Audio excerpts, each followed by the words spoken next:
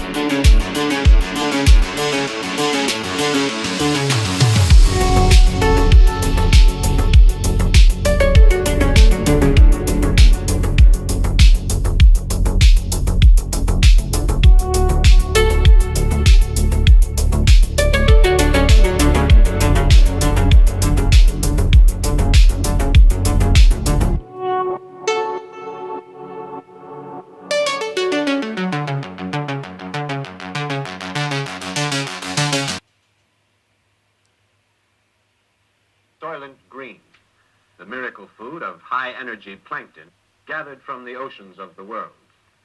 Because of its enormous popularity, Soylent Green is in short supply. Remember, Tuesday is Soylent Green Day.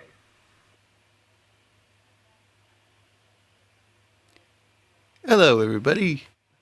Welcome to Babylon 5. I'm looking forward to getting back into this. Last time was a really good episode, and we're ready to dig into it again. And welcoming the panel, Shieldwall. How you doing, sir? Hey, how's it going? Soylent Green is people. My God. Yeah. If anybody hasn't seen that movie, yeah, you should. It's classic 70s. Yeah, looking forward to this. The show was this episode 3 and 4, I believe. Yep. So yeah, it's right in the beginning. Still kind of feeling their footing with the makeup, the sets, and how the place like flows and the shooting and stuff. It gets markedly better as the show goes on. Because looking at it now, you can see like some of the constraints that they were working with set wise, that they open up. But it, just like the original Star Trek was, you could see the 60s all over it, like vase shapes and colors and patterns and clothing and stuff. It's exactly the same with this. This is very early 90s with like padded shoulder pads and weird patterns on cloth. It does look futuristic, and they try to make the Centauri look a certain way, but they all just look like, you know, they went to like an old Bed Bath and Beyond that exploded or something. Yeah. And, you know, and yeah, back when like the alternative scene was just getting started, where if you were like a really forward, you know, reaching artistic kind of chick, you would get your nose pierced already. So it kind of has that vibe to it. But I do like their control panels. They were very modern looking, just like Star Trek. Yeah. So, yeah. But Yeah. they got into their groove pretty quick. Yeah, they I do. thought, and Right. made it really unique. So. Yes, exactly. And they're not afraid to show a bunch of different aliens and never to describe like what kind they are or anything. And Even aliens you never see again. Yeah, that's what I'm saying. Yeah. You'll never see them again. Hey, I got a sideways mouth for a face with teeth in it, lady. Yeah. You'll never see her again. But yeah, anyway, glad to be here and ready to get into Or this. an alien with Fonzie hair. Yeah. It's like they knew people in the, in the makeup business. Say, hey, make me up an alien, and you can show them off on the show. Yeah, that would be kind of fun let people just kind of do what they want. Yeah. And welcome back, Mando. How are you doing? Hello. I am doing all right. I am going to be coaching Little League soccer again this fall, so that'll be fun. And I'm already feeling all of the bruises on my shins from getting kicked. All of that wonderful stuff that's about to happen. But this is great. This show is great so far. I am brand new to watching it. Never seen Babylon 5.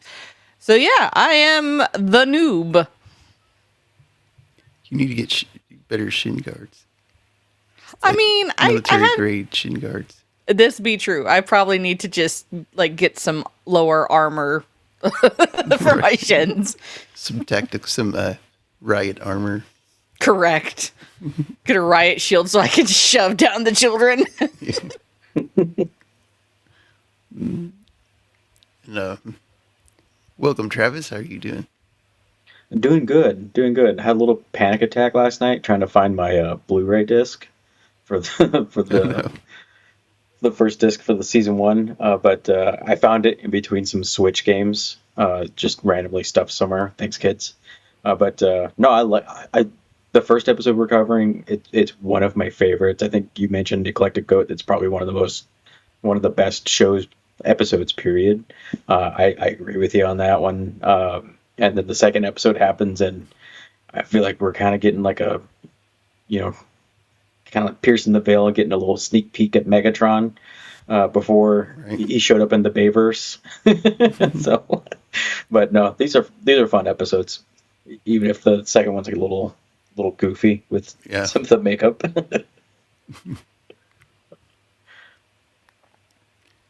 And our guest for tonight, the Eclectic Goat. Welcome. I mean, aren't I on this show? Aren't I scheduled for this show all the time? You are, yeah. I'm just not on the other ones, that's all. Yeah, I love this episode. And, I get thinking about it. I'm really happy that Mando is here because I think the only thing I love more than this show these days is having someone who hasn't seen it watch it. Waiting for all of the cool things I know are coming. So. Yes. Yeah, I'm excited for her to see these for this first time. So, and our other special, you're both special guests. Our other special guest is Eraserhead. I mean, we're special, but it's in the short bus style. We all rolling up in that short bus. Say what you will about Soylent Green, still pretty tasty. Yeah. But seriously, man, this first episode, also one of my favorites. Start to finish, I love it. The second episode, I still really like. I feel like some people, some Babylon 5 fans just write it off as like a Monster of the Week goofy episode, but it addresses a lot of topics that become relevant later in the series. And I think that there's some really good character moments between, say, like Garibaldi and Sinclair. So I don't know. It's not the best, but I still think it's better than, a Monster of the Week episode. So I'm excited for both of them. Yeah. Yeah, these are... Yeah, I still think, plot-wise, I think it's a Monster of the Week episode, but it's not a two-dimensional Monster of the Week episode. The character building in it is very good. Yeah. Agreed. What say y'all? We just jump right into it.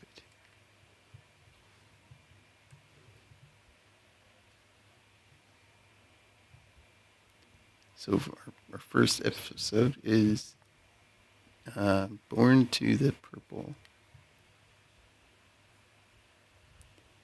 which I mistakenly labeled it Born on the Purple. Kind of weird. I have to admit, I'm really terrible with names. And every time I hear this out of context, I get caught up with the whole purple and green episode. Yeah, me too. I was like, wait, that's that early? And then I remember, oh, no. I think JMS just has a thing for the color purple. Probably.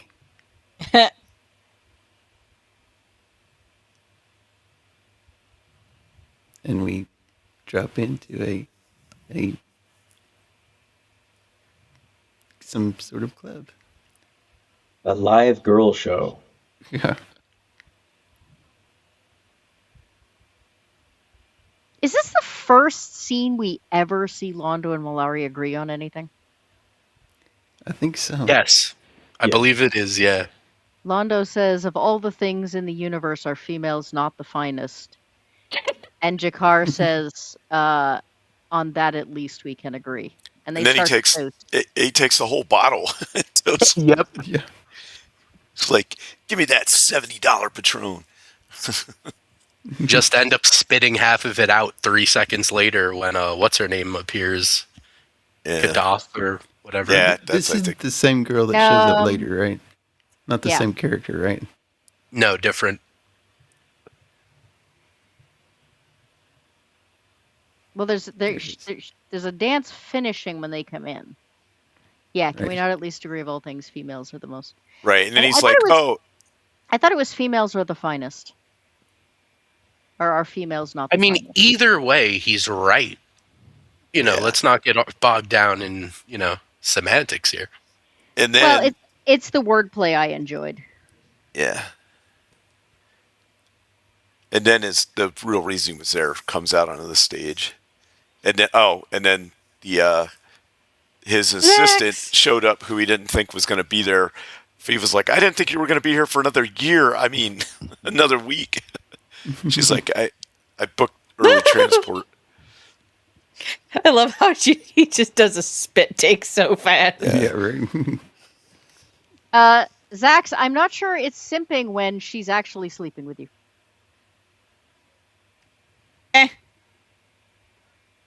The way that Jakara acted, I thought it was like his wife or something. Caught him. Right? That's like, Yeah. that was my first thought when he did that spit take. I'm like, Yeah. oh no. Yeah, she is just known for being extraordinarily vicious. Yes. Yeah, and then just some like random human guy comes up and like, "Hey, you want to?" You Yeah. want to play Scan the Sector, honey? Yeah, And she like throws him into a wall. Oh, and I love how, she tells Jakar, Mr. Garibaldi told me you'd be here, and Jakar's just rolling his eyes. He's like, oh, yeah, it's Garibaldi, most helpful. She's like, in this establishment. Yes. Then calls that guy she throws away filth.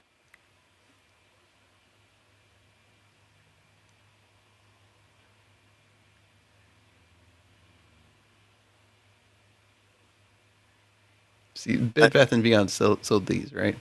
yeah. Sorry, It's they more sold like what? the like the bedding and all that kind of stuff. Yeah. Yeah,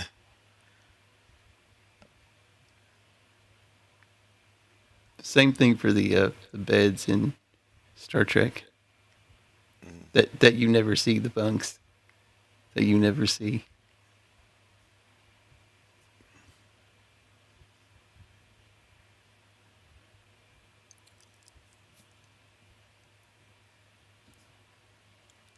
I have to look up the actress that plays Adira, but I never kind of got around to it. Fabiana Udinio. Yeah, she's Yeah. Italian, right? Ah, She's in Austin Powers, no? Yeah, Yeah. she is. Yeah. I'd say her name, but I don't think Jacob would like that on his channel, so. Oh, the character she plays in Austin Powers. Yeah. Yeah. Yeah, Yeah, she's Italian. She was Miss Teen Italy when she was 13. She's not in a lot of movies, but she's very memorable. And if you're playing a toy, it's funny. Yeah, it's like a little Game Boy or something. And then later on, Jakar's playing it when they. Yeah. Yeah.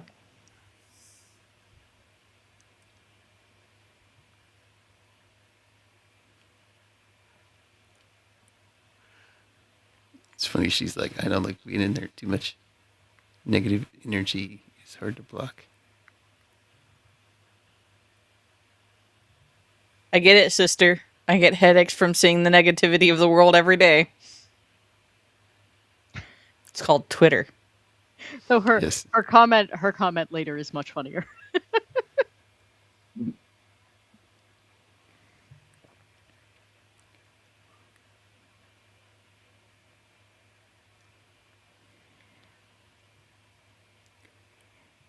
It's Oh, kind of and, funny. It's kind of funny as much as like she reads other people's thoughts.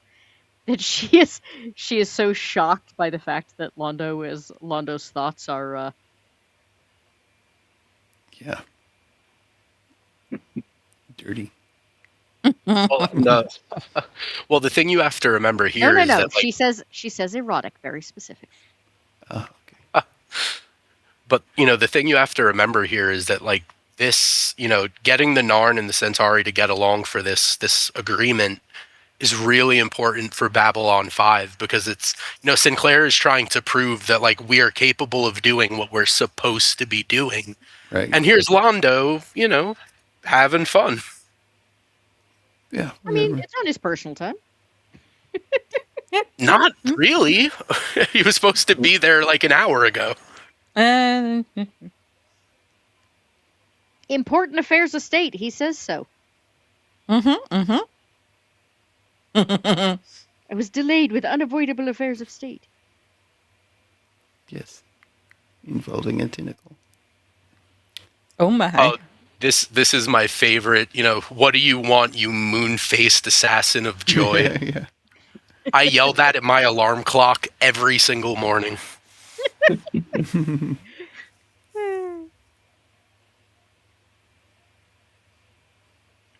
there's kind of a side story here about somebody's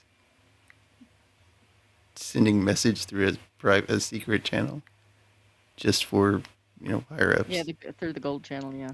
The gold channel, yeah. That whole little side thing was very heartwarming, but also kind of sad. But yeah. Yeah. Get some more depth into the character. Mm-hmm. Well, not just her, but Well, Garibaldi, mainly, too. yeah, Garibaldi, because, like, what I really, I don't want to skip ahead too much, but what I love about this episode is that they don't, like, JMS doesn't feel the need to, like, throw all of the characters into these really, like, dangerous situations or important situations to, find out who they are, or to, like, for us to get a good understanding of these characters. Like, the stuff with Garibaldi at the end and what he chooses to do or not to do, it's way more subtle, but it tells you a lot more about the character than if they tried to beat you over the head with it. There's a lot of subtlety, at least in this episode. Next episode's a bit of a, brick to the face, a little less subtle. Yeah. Well, the thing is, though, that a lot of times what someone is made out of comes in those, like, little daily moments, not in the, later on. There's, the whole episode about, what is the measure of a man, not what he does when he's when there are, crowds and followers, but what he does alone in the dark. Yeah. No, but that's the thing. Like, that's what makes this feel real, and these characters feel like human characters. Yep. And now the Narns are playing video games. Sweet. Video games, the great unifier. And it's so funny because, like, you see that Jakar is losing, so he, like, slaps the screen like 2 or 3 times. Yeah. And Veer is so upset, but, like, he's just too cowardly to say anything because he thinks he's gonna get thrown across the table. It's like, I come mean, on, your car sidekick might. it's a classic Nintendo. Don't hit it. You know how hard it is to find those things these days? Had to go dig an archaeology pit.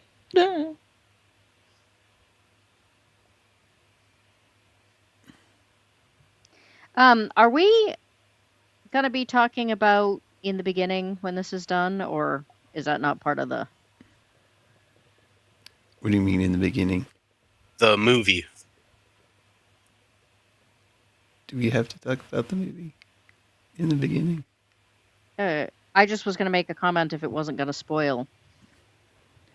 Oh, I don't think I haven't even seen that movie, so It's the only one worth watching. It really Okay. is well done, and the other ones are just laughably bad. yeah, I'll check it out and I'll see. You We'll haven't see. seen in the beginning? No, I haven't. No. We have If two I have- people who we've had if I two have, I people who forgot haven't it. seen it. Yeah, it's quite good. I've actually gotten several people to watch Babylon 5 based on in the beginning. Okay. Well, I mean, I'll check it. so the two people are me and Jacob, right? Because I obviously haven't seen it. No. So I've gotten people to try out the series by getting them to watch the movie. Oh, but I meant the movie. Like, I haven't seen the movie. Oh, yes. I mean, it's not like Okay. it's spoilers, right? It's like set before the events, right? It's set before no, it like bookmarks. It's Londo after Babylon 5 talking about before Babylon 5. Okay. So it kind of bookends some stuff. It does spoil a bunch of stuff from the show, so you definitely want to watch it after the show. But I was gonna make a comment that wouldn't spoil anything except the movie if we weren't gonna watch it. But if you're gonna look at it, I'm not gonna say anything. Okay. All right. Especially if you haven't seen it yet. Well, it would probably run it more for Mando than me, since I've seen the series all the way through. Well, we're not going to spoil anything for Mando, so No. I do love though, like when Londo is like he's in such a good mood after seeing Adira that like everyone in this room except for Veer is angry with him for being late, and he's just like he's in a state of bliss. He doesn't even care. He walks in with a smile on his face. Veer hands him the cup of hot Jala that he asked for, and like this is the nicest we have ever seen Londo be to Veer. He's like, oh, thank you so much. He's even like touching his face like he's like a like he's his pet or something. He like Yeah, it's right. Yeah. I think it is the nicest we ever see Londo be to Veer. Period. Period. Yeah. I mean, Well, he gets to stick it to Shakar, and he's happy. So. Oh yeah, but it's I don't want to get too far ahead and spoil much at all, but like seeing Londo this happy is really just nice to see. It is, yeah.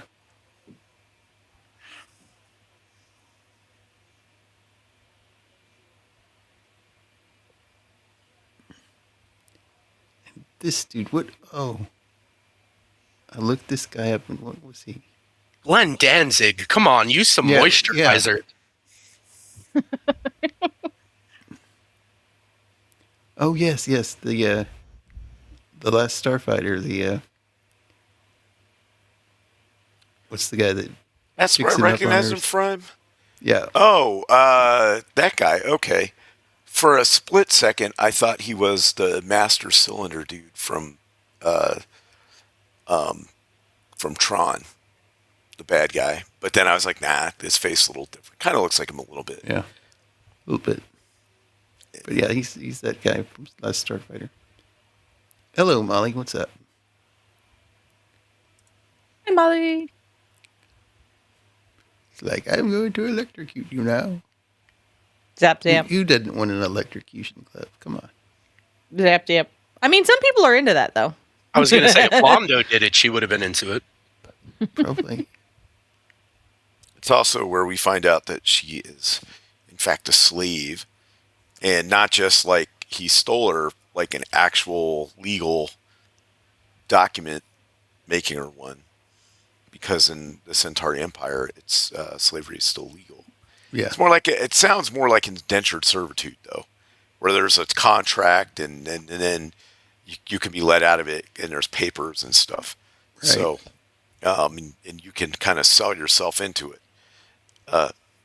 Well, she makes a comment about, or he's talking about how Centauri are, backstabbers and power hungry, and she says not all Centauri play such games. And he says, yes, and they end up like you with no money, power, or family, and a slave. Right. Yeah. So it sounds very much like she was either, because we know that in Crusade, we know that like families from certain cultures like sell their own children into slavery. Yeah. Yep. Especially if they're in debt.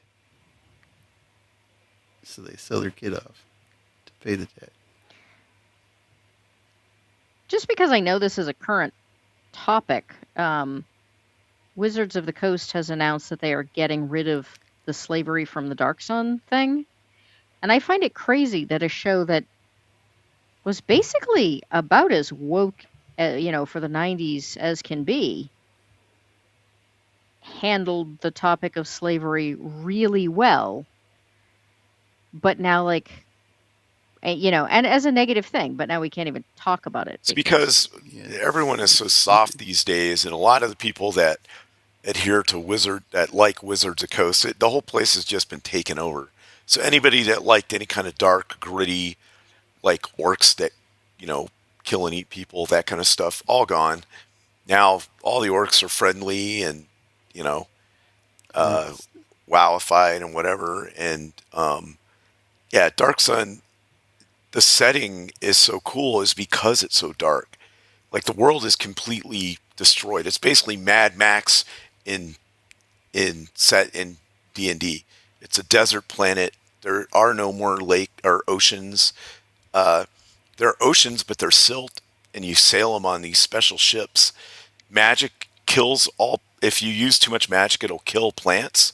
That's why it's all destroyed. It's because all the people using magic just sucked as much life out of the plants as they could to use their magic, and it killed all the plants. So it destroyed the ecosphere. Yeah. Metal is really rare.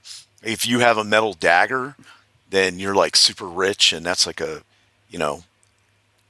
there's only like the extremely wealthy and powerful have any kind of metal armor or weapons at all. And so everything else is like bone or wood or whatever. There's a lot of psionics too, where you use your mind instead of magic to do stuff. Yeah, I find it bizarre that we've gone from like people can understand that slavery is bad and talk about it in a show in that way. And nowadays it's just like everyone's too scared to. Right. Too sensitive. Yeah. Yeah. Yeah, they're too sensitive. Even they we can't even Fett's ship name. We can't even talk about it to say it's bad. That's what's crazy. Right. You can't show it as it can't be an aspect of the world that heroes can then go and try to rectify even. Or you know what I mean? It do something with it. But to be so afraid of it that you can't even say that another group of people could be slaves. But that's only kind of one group of people. Well, that's just is it, possible though. For it. In the dark. Every race on Earth has it in their past or it's alive today. We just don't want to talk about it. Well, that's the thing. It's just pretend, don't bring it up, and therefore the issue doesn't exist. Right. Like, the good thing about like a lot of sci-fi, whether we're talking B5, whether we're talking Trek, it doesn't matter. Like, these were vehicles to explore these topics and to talk about them, not to tell you what to believe about them in whatever, the topic may be, whether it's slavery or something else. But these were, television episodes were a safe place to explore these things and to talk about it and, weigh different sides or show the effects of these certain things. And part of the reason I think writing is bad now is that they either don't want to talk about it, or they talk about it only in the sense that they're waving it around as a virtue signaling thing. There is this weird idea that, like, if you even mention it, you're in favor of it, which is so bizarre to me. Yeah, or you. Yeah, that's nonsense. Where you have to say, "Oh, it's definitely bad." But they say they say it's definitely bad. Yeah. She's very obviously downtrodden and, being used, in pain and scared and abused, and we feel for her. And yet nowadays you wouldn't even be able to mention it, and that's so strange to me.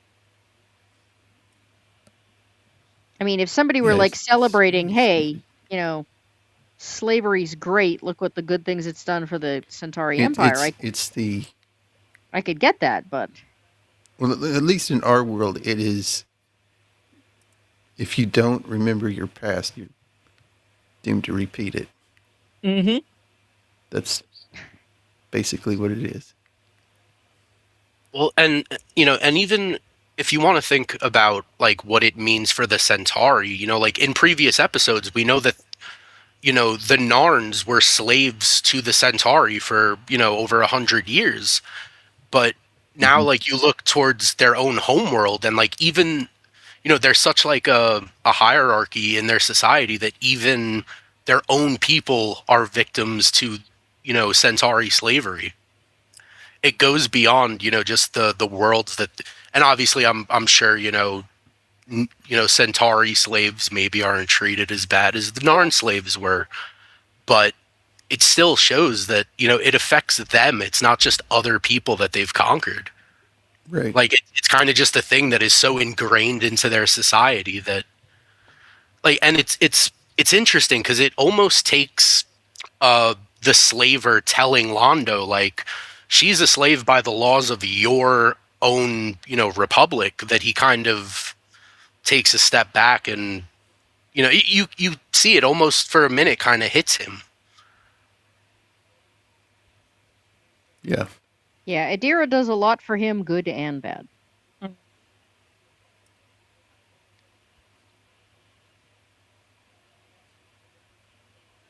mean, he didn't see her as a slave. Right. Well, at this point, I don't even think he knows she is. No.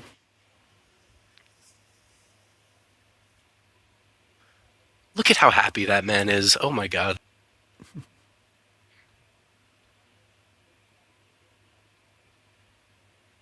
I really like their look. It's a definitely European style, except for their hairdo.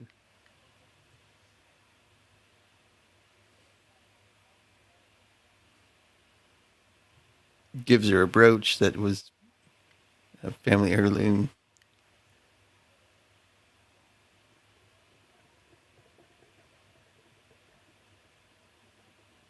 Yeah, I was, when I first saw that, I was like, man, that's so gaudy. And then I was like, oh, that's so Centauri.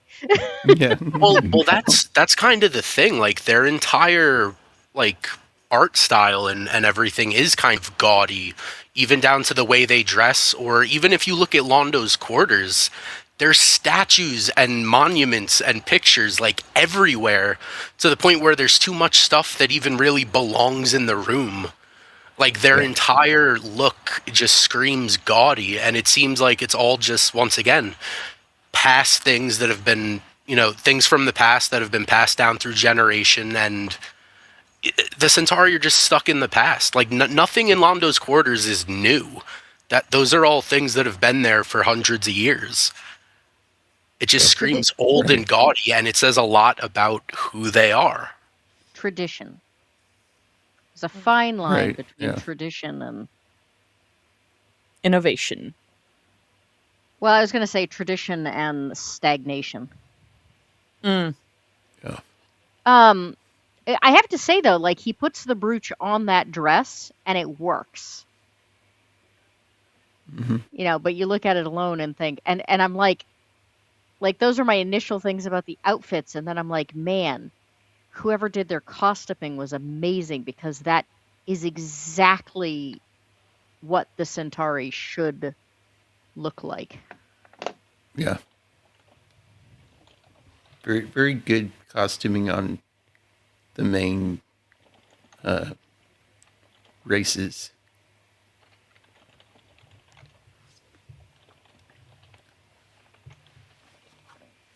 And that's another thing to love about the show. You can tell, oh, that's a Minbari ship, or that's a Earth ship. You know, right off. It's cool. I love that.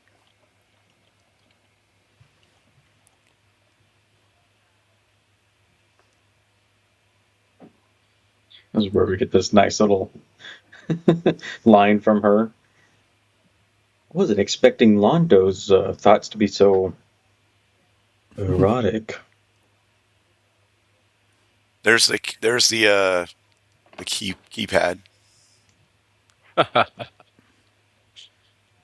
So he's taking her to the best restaurant on the station, and she's all excited, like it's a rare treat. And then Sinclair's taking what's her name there too? Like, is that like a normal Talia. thing? Or? Yeah, Talia. Yeah. Where he's like, I'll just bribe you with this nice dinner so you don't tell my deepest thoughts to everybody. I don't know what this was, because you never see it again. Or just because they were working together or something. I don't know.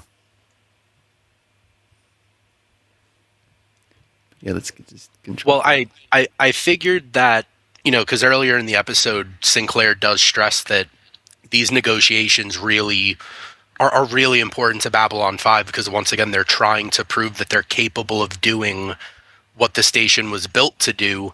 And with the Narn and the Centauri hating each other as much as they do, Talia mediating as a telepath would kind of is pretty important to the situation. So I figured it was just like a thank you, and hey, I'm the captain, I could bring you to the nice fancy commander, I could bring you to the nice fancy restaurant, because I'm that guy.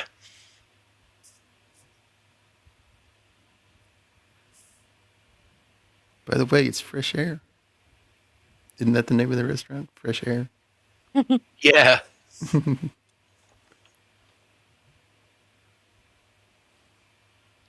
I love how she gets mad at him touching her control panel.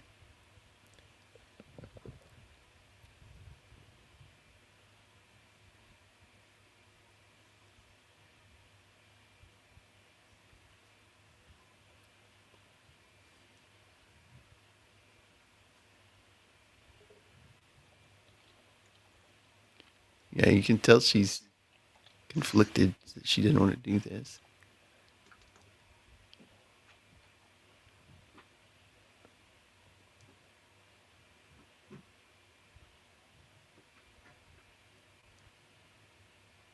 She gives him a roofie. Passwords are another thing in this show that tell you so much about people. Peekaboo. Yeah, Mando doesn't know that joke yet.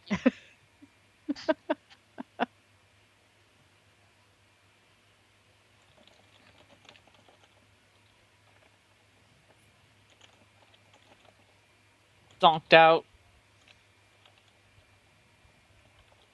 And I know it's kind of goofy, but the way, like, he crosses his eyes and then, like, his head just kind of spins back. It's so funny.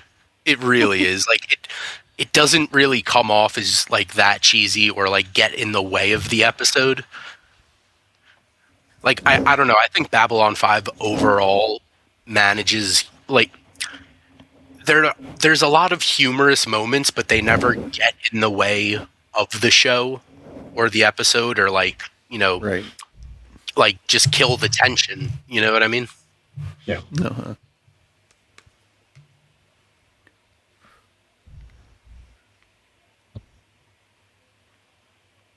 So just this plastic thing on his face. You know, it's funny. This was such a, like, I'm sure this was just a simple prop that somebody, threw together out of bits and pieces they found. Yeah. But I love the way it looked.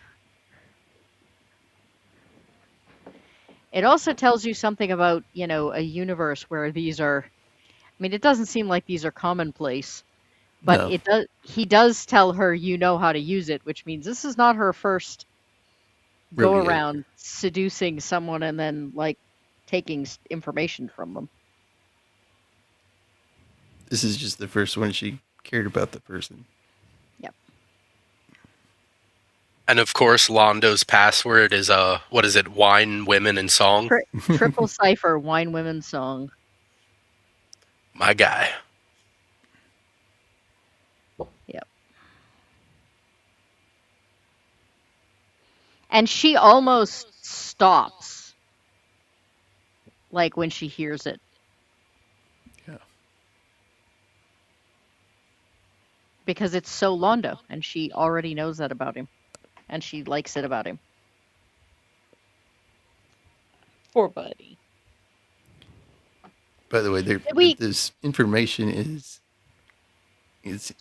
Lando's compiling of information on the houses of the Centauri, so he can manipulate, blackmail. Which apparently, like, all Centauri houses do all the time. Yep. It's a bit like the Ferengi. They cheat. It's funny, they've all done terrible things, they all know they've done terrible things, but as long as no one outwardly knows about it, things We're just, okay. Okay, Yeah. But as soon as it, like, becomes actual public knowledge, suddenly, heads start to roll. Right. Well, yeah, it's all about appearance with them, and Yep. I do really feel bad for Londo though, because I think like right before he gets knocked out is when I think it's when he's telling her, like basically because he's an ambassador and because everything's about labels, like, he has to wear this mask, and when he looks beyond the mask, it's only emptiness, and like she's the only one that changes that. Yeah. And then this happens, and like, I don't think anyone's going to argue that this woman's like a phenomenal actress, but she really does do a good job at like being conflicted. She doesn't want to do this. She doesn't have a choice. And when Londo wakes up, like how he's going to be. And it just, like I said, it makes you feel bad for the guy. Mhm. Makes you feel bad for both of them in very different ways. Yeah. Assassin. It's like, you assassin. I mean, she, like, literally is going to be tortured if, I mean, it's easy to say, well, she shouldn't have betrayed him, but she's looking at full-on torture if she doesn't obey. Yeah, and like you said, like she's like, this is her life. She's had to do this, I'm sure, to other people to get other bits of information. Like, she's forced into this. She doesn't want to do this. And honestly, like, she doesn't seem like a bad person. Like, I doubt she wants to be manipulating people for a living or be, tortured. Like, it's no way to live. It also depends, like, was she sold as a child, like the not really a alien in Crusade? In which case, she probably doesn't even really know any better. Yeah. I kind of got the impression that she was older when it happened, but maybe not. They never really say. Yeah. Um, I will say this: that is a really good skull cap thing they've got on Yeah. her head to hide her hair. Usually, you can tell, and they kind of look like they're not that good. But this one, I looked hard, and you can't tell that there's a seam there. You kind of can, but not really. Especially when she wears her little head ring thing. Right. But even in this, it's good enough where she doesn't need it. And this you is can, the only scene where yeah. I could really spot it at Right, you all, can right and above her. Yeah, I really have to yeah. look. But it's really well done. Most other shows at the time would do an okay job, but you could tell, you know. Yeah. I think maybe some Um, of it has to do with some of her real hair is coming out, or maybe that's not even a real hair. That's just like a wig thing they threw on there, I mean, and she's that's why it only looks so in the good. one episode, so you'd think it would be. Yeah, I mean, if her hair was long enough, you just pull it back in a really tight ponytail, and right. Or I mean, at the time she could have had like a bob haircut or something. It would have been easy to put underneath the the little skull cap thing. Easier yeah. if it was already kind of short. Yeah. The star laces. You're talking earlier about, the fact that the aliens don't necessarily seem two-dimensional. They really seem like actual worlds. I thought the starless, because those are not just a one-off. Like, they get mentioned several times as being like, a highly sought after, prized thing of the Centauri Republic. Yeah. Um, Unfortunately, they look like they were made with fishing lures. The way when she like goes to smell them, you can see it's like a rubber, uh, like latex kind of rubbery fishing lure thing. It still worked with like a light bulb in it, but it looked cool. but But I was like, those are that's I like was a thinking from a cultural standpoint, the right. fact that like they have all of these, like it feels, Centauri feels like a real place with a real history and animals and Mhm. plants and religious cultures, and that's another thing you don't see much of these days. One of the reasons that I always say modern shows seem too clean is I was watching a video on this the other day, and I was like, oh yeah, that's exactly what I've been trying to say. Apartments, like nothing ever looks chipped or broken or used, and everything is always perfectly clean. And the Either people are always yeah. perfectly clean, and their teeth are always perfectly white. But they don't actually feel like there's any, like the houses don't feel like they have history. They don't feel like homes. They don't feel like lived in.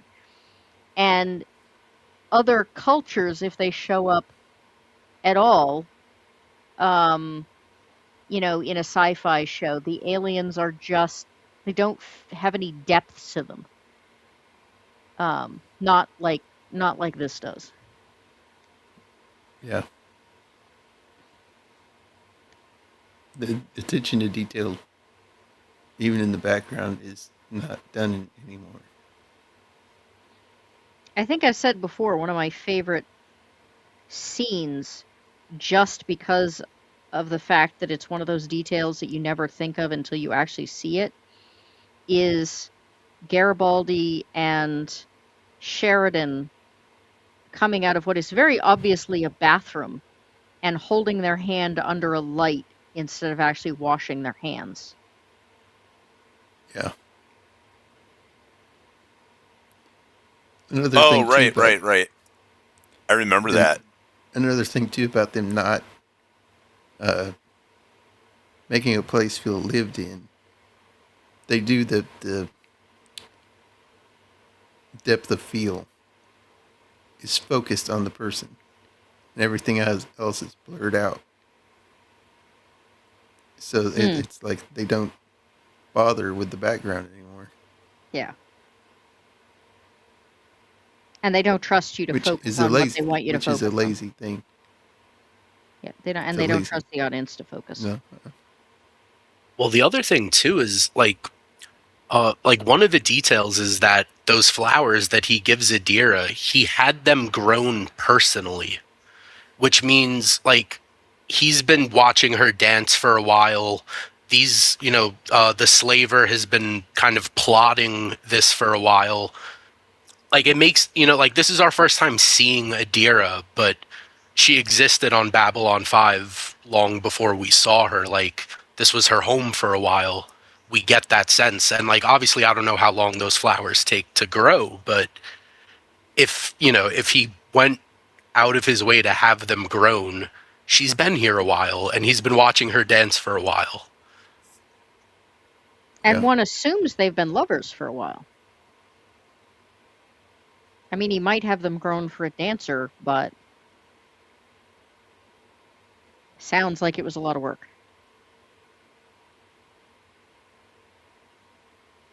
Right. There's the look. When he finds out she's a slave. Almost heartbroken. Almost. He's a slave and by the rules and laws of his own people. Yeah.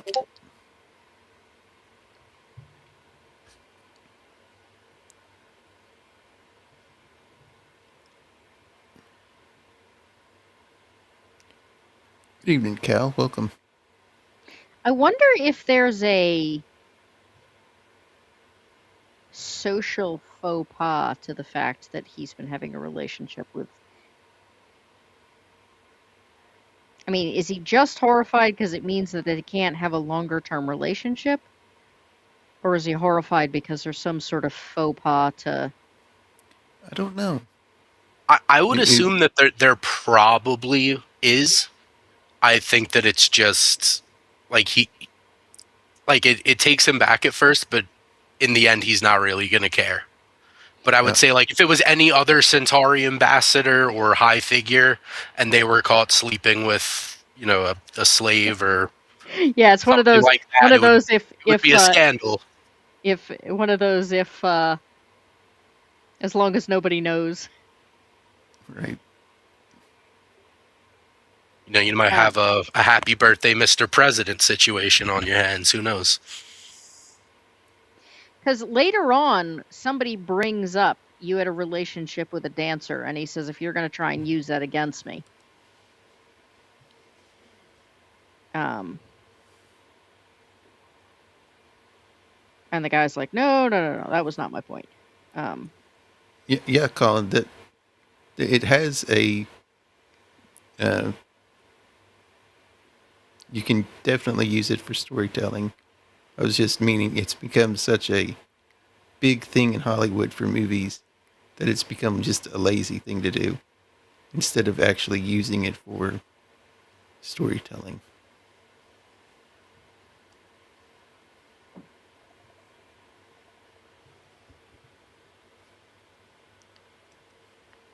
Sorry if I interrupted anybody. Sorry, what? No, you're good, man. I think we're all just All right. feeling bad for Londo right now. Yeah. Well, Yeah. Oh, but I think he's just, he cares for her and he's hurt and he's probably got a mixed feelings going on. So, since Mando hadn't seen this before, I'm kind of curious as to her take on this whole scene where he finds out. I mean, it's heartbreaking, but also at the same time, like, I feel sorry for her because she doesn't really have a choice in the matter. But I don't think he fully realizes that she didn't quite have a choice. Well, but he feels betrayed. I mean, he's being told here that she betrayed both of them, that he had no idea that this was going to happen. Yeah. Which is... He just wants the information. Right. He doesn't care how he gets it. Right. But I think it's like her hiding was her way of trying to protect him. Yeah, she doesn't want to hurt him or his family, and she doesn't Right. She doesn't want to be responsible for that. I mean, it's understandable. Like, she's put in a no-win situation. She's going to hurt somebody she cares about, but also she's in a lot of danger if, she doesn't do this. Oh, and Colin, to answer your question, I haven't read any of the Babylon 5 books or comics or anything like that. I've only seen what's been put to screen, so the show, the movies, and whatever Crusade was an attempt at, that was rough. We're not even counting that as a show or anything else. No. I don't even know what that is. I did like the techno mage guy from that, though. Like, the concept was cool. I thought they. Well, the performance was cool. The concept kind of got stale real quick and silly, but yeah. Yeah, I thought they really wasted what could have been. Oh, so not to get sidetracked too much, but like I've been rewatching the show, and the other night I rewatched the Late Delivery from Avalon episode with Michael York. Mm-hmm. And I do think Crusade actually might have had a chance if he was the main character. I also wonder if I think his acting was better. I think he probably would have had more chemistry with some of the people there. But I don't know. There was some stuff there that I don't know how you'd ever salvage that. But anyway, we talked. Yeah, we did too much anyway. Go watch the rundown on that. Let's not ruin Jacob's. Sorry.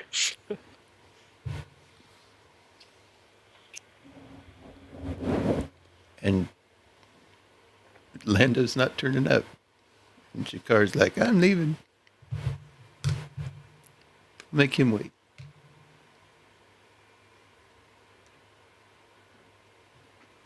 That face.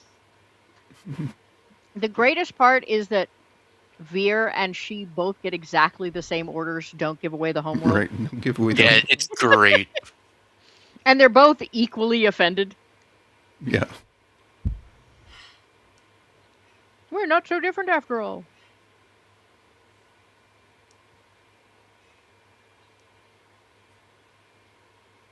Honestly, it's something the show does a lot of.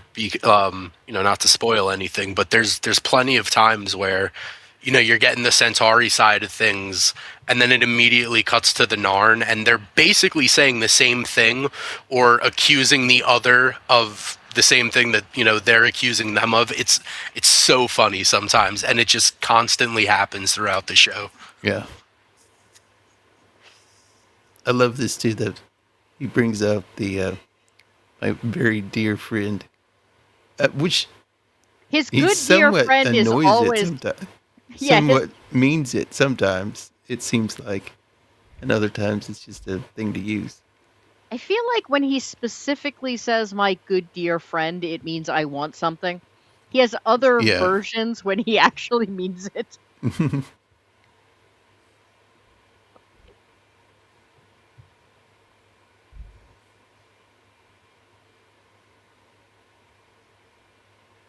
And it is kind of funny, though, because Sinclair does kind of give him the same look that Garibaldi does when he pulls the my good dear friend Garibaldi in the casino when he's asking for more money. Yeah. I know this is obviously a more serious incident, but even Sinclair's like, oh boy, where's this going?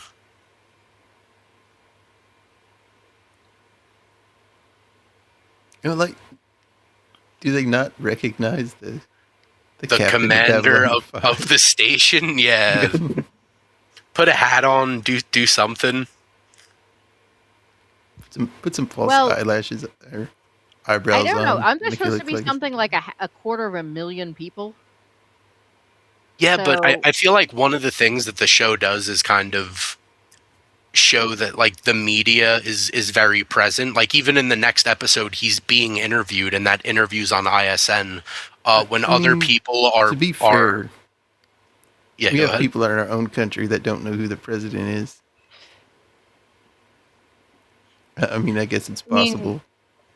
I don't know. I just feel like they do a pretty they do a pretty consistent job of showing that like the media is pretty present in a lot of Earth Force things. Like when other people get assigned to certain roles in Babylon 5, it's like you see it being announced on ISN.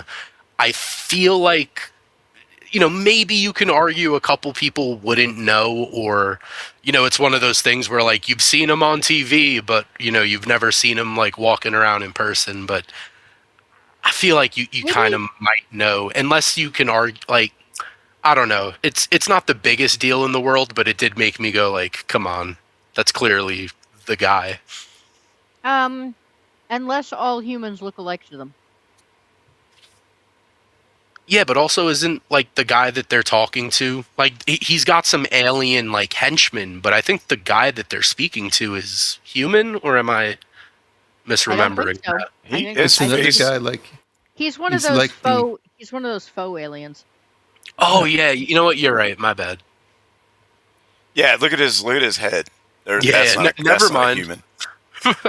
He's got mottled skin and his brow, his chin, and everything. I mean, he's not like a Balchinian, but He's permanently got a scowl. yep. if he had white eyes, he would look like a deadite. Mhm.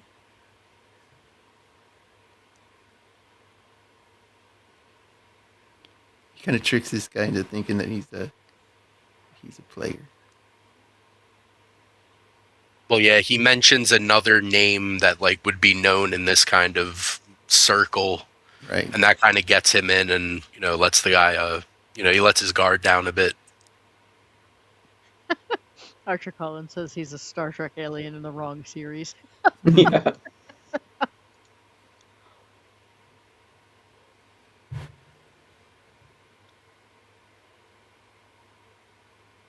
Yeah, Lando sees all the women. This is my department. I know how to pay women to do what I want. I mean,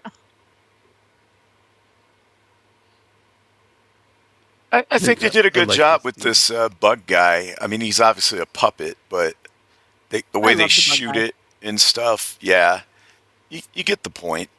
I mean, it's a TV show. It's not. They didn't spend $500 million on 6 episodes like they do now. they did away with him after the first season, and I really wish they hadn't. Yeah, probably because he was too difficult to kind of do. Where the I puppet think. kept breaking down. Yeah. Look, if they can manage with Jaws with the thing breaking down all the time, they could manage with the bug puppet. Who did they replace him with? Nobody or Nobody. somebody? Just all of a sudden, there's not this like central underworld character anymore. Maybe Garibaldi broke up his ring and sentenced him to bug prison. Look at this guy with the. If he did, it's revenge, because Garibaldi actually goes to him for help at one point, and the bug dude is like, "No, this is like a setup. I don't believe you. Like, get the fuck out. Sorry, get out."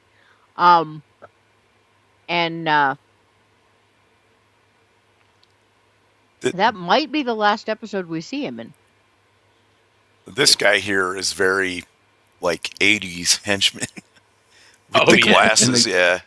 And Yeah. the alien dude in the background is like Yeah.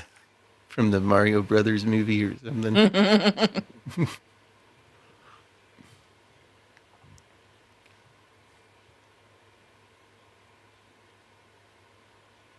And we're back to the Gold Channel.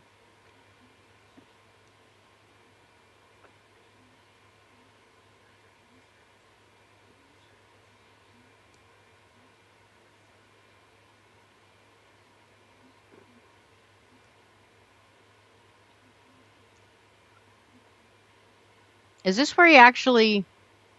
Yeah. Yeah, this is where he actually can- catches her. Yeah.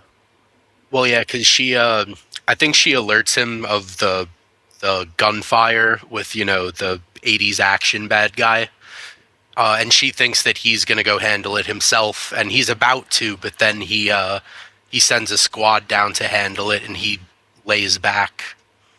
That's then because catches. It's because he knew what was up. He already had his suspicions. Oh yeah. Yeah. I don't know. I think that's I think the look on his face when he kind of goes, "Wait a minute," I think that was his epiphany. Right. Exactly. He's like, she's probably, whoever, they might have heard that I'm going over the comp channel or whatever, and now's their time because I'll be out occupied. He might not have specifically known it was her, but so anyway, he listens in using like this hacker program. Well, and the thing is too is that like when he brings it up to her the first like 2 times in the episode, she just doesn't. She wants to just get away from it as quick as possible. Her answers are very quick, blunt, to the point. But that's not out of the ordinary for her. So, like it makes sense that it took him a little bit to kind of go, huh? Because like she's very to the point. Like think about the way she speaks to Talia in episode 1, I believe. Yeah. It's like I'm in the middle of 15 things, all of them annoying. What do you want? Like that's just how she talks. So you like at first you don't really suspect anything is up. Right. But Yeah. she's also very security conscious, and it is weird that she tries to blow it off so often. Yeah.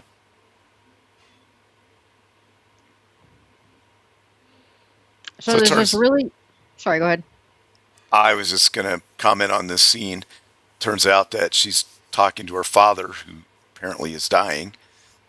And this is why she's been making these calls using the gold channel, because it's the only way that she can get the priority call to go through on such short notice.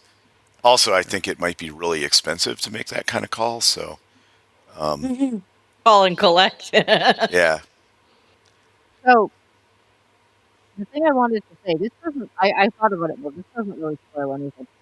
When he says when your brother died, and they zoom in. That was the first time they really zoom in on the fact that she's only wearing one earring. In the beginning, she sees her brother off to war, and she hands him one of her earrings, and says, "You'll give this back to me when you come back."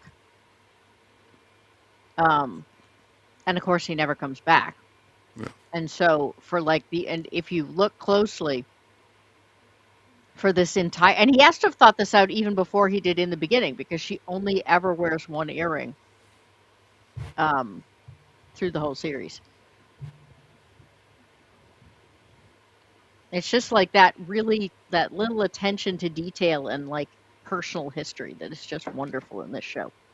Oh, her little earring looks like a bomb or something. It's like a round thing with something sticking out of it. Kind of look like a round thing with a flame to me. It doesn't matter what she's wearing for earrings; she only ever wears one. Well, I like how much like you get like about their relationship with each other just from that one quick scene. Like it I don't know, it's a lot of like it hits really hard, really fast. There's a lot of information, it carries a lot of weight, and I think there's some really good dialogue there. Just like he obviously feels bad about like where they stand with each other. He has that comment about how he respects her, but how a daughter deserves a father's love as well as respect, and he wasn't really able to give that to her. Yeah, and he failed her. Yeah, and like at this point, like I said, like she's been such a tough woman that it kind of like I feel like you needed this for her character at this point. Yeah. And it's not something that just goes away. It's not like it's only here for this episode and then it's never mentioned again and there are no consequences. Oh yeah. The other thing is that for a one-off scene, that guy's acting was awesome. Oh Yeah. yeah. It was. So now Lando is going to Talia. No, Talia, right? Yes. Right. She's going to help them get some information out of this guy. The funny thing is that she says, "Is he telling the truth about a woman's life being at stake. And I'm like, you're the telepath. Yeah, right. Oh, I forgot I had that ability. My bad.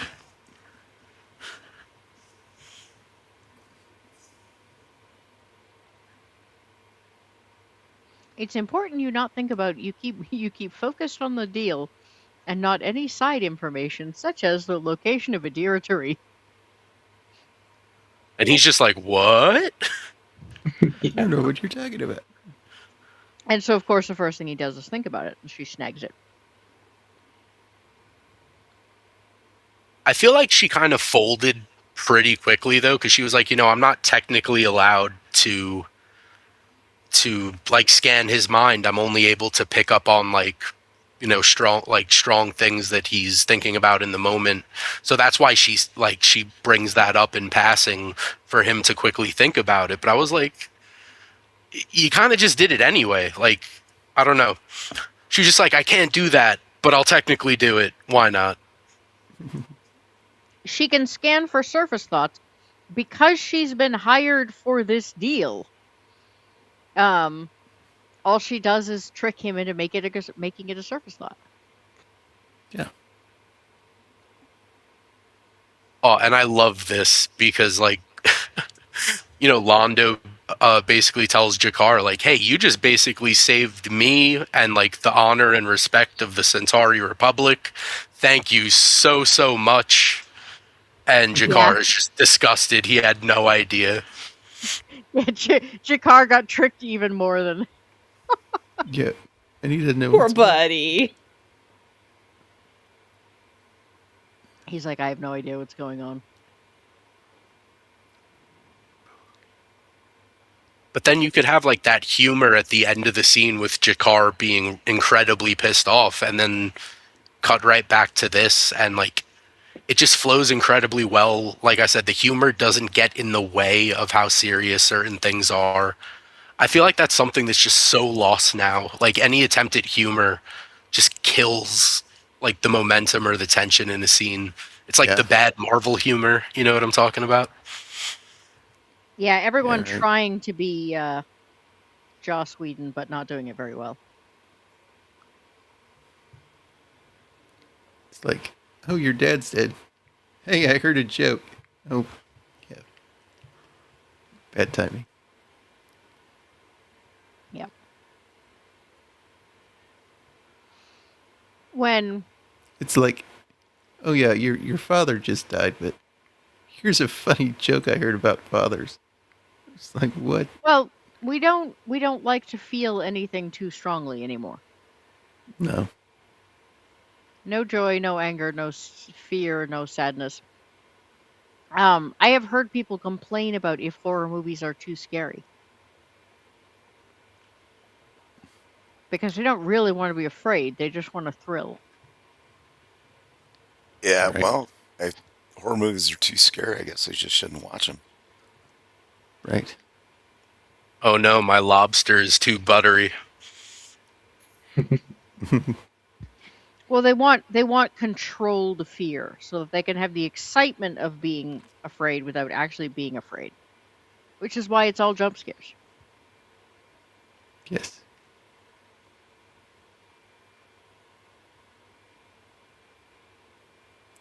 I do like this. It's like she's leaving, but she's coming back, and when she comes back, she'll be a different person. You know what I mean? It's like there's a problem with her being in a relationship with him as a slave. But if she goes and is like gone for a while, then comes back. Well, like I said, I feel like she does feel bad for doing what she did to him, and I think she even says like the pain is still too near or something along those lines. Like, yeah, he like says he says you could stay because we've both seen beneath our masks. They both seen the ugliest parts of each other, but he still cares about her. And she says, the pain is like the wounds are still too fresh. And I think it's as much she can't forgive herself for what she did to him. Yeah. Yeah.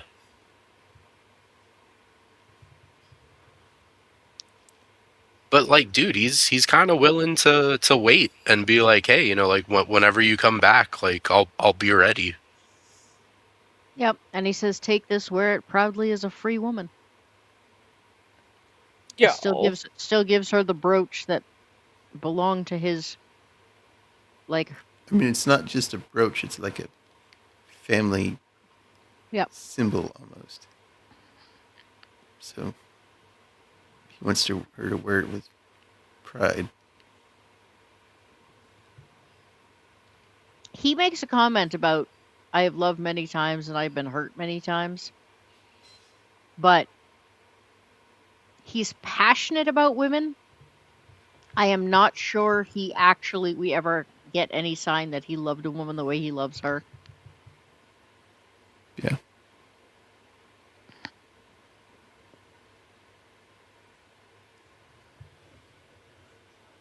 Something like that, Colin.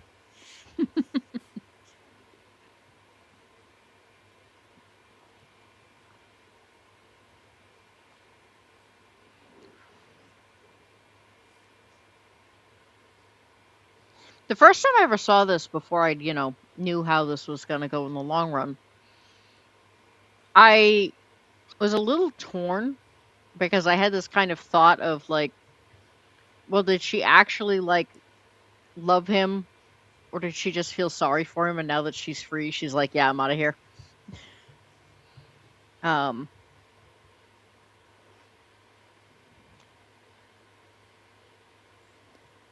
don't know. I think it has good setup for the next episode she's in. So I mean, the whole thing was,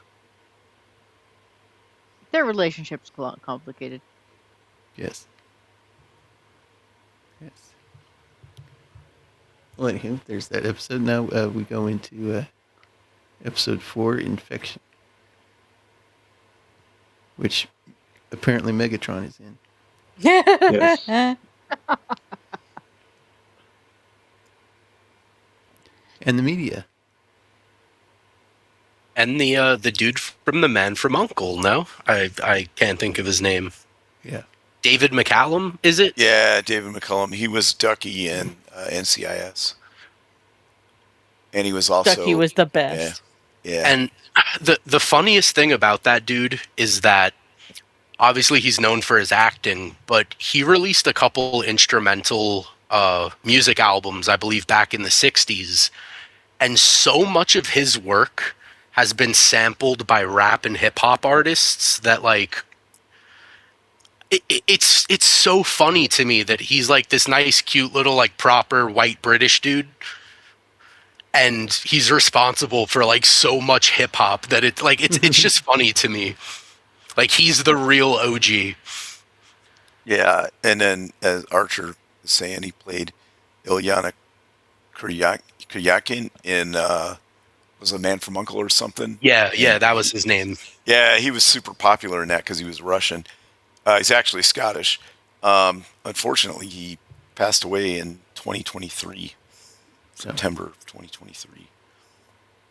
I mean, dude, he was working till the day he died. Like, he did like 20 something seasons of NCIS. Like, I don't even know if that show's still going or not. He was 90 when he died, so good for him. It's not not a bad run. I mean, dude, for 90, like, not that I've really watched NCIS, but I've seen clips of the show, and the dude looked really good for 90. Good for him. Wow, he was married to Jill Ireland. She's kind of hot. Or wasn't like this. He's like, yeah, the captain likes to take his ship out every now and then to get away from people like you. I mean, he didn't say that, but So, overall, I like this episode, but I do not like the ISN thing. And there are 2 or 3 episodes that have this ISN framing. Am I the only one that doesn't like any of them? It's never it's never been something that like I've been the biggest fan of, but I don't hate it. Like it does sort of feel realistic that like a station this big that costs this much money, taxpayer dollars even, like people are going to want, to get a look at or to, see where their tax dollars are going, stuff like that. And it also kind of shows like I feel like sometimes throughout the show, like the framing of questions from ISN reporters is generally like reflective of like how Earth is feeling, or like how Earth Force, like the main ideas they're trying to throw out. Because there's plenty of times where they kind of go out of their way to show Babylon 5 in a pretty bad light. Yeah. Well, and I think the fact that um they highlight from the very beginning the importance of the media. And like I said, I like the rest of this episode, but it just seems like something that he doesn't always do well. It's a little bit like the casting of, Asian actresses. It just seems like, I don't know, the writing just always seems rougher on those, like with the ISN people. Well, Maybe I because think maybe because he's trying to get a lot of points across, and he has a really short period of time to get them in. I'm not sure. yeah, that's what I was just about to say. But the opening scene with Garibaldi and this reporter, I love it. Like it's just so funny because like she's trying to grill him about when Sinclair's coming back, and he's just giving her BS. And he's like, soon, longer than a little while, but faster than later. And then he starts talking about this alien thing in the market that he's like, based on the translator, it's either an aphrodisiac or floor wax, and I don't know if I'm adventurous enough to find out. And then he ends up buying the thing. He's like, then he say something like, "This better not taste like wax." He's like, yeah, if wax shows up on it in any in any areas, I'm returning this.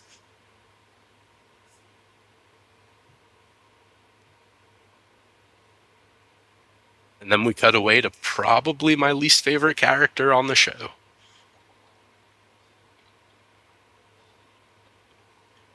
Hey, Sparkles!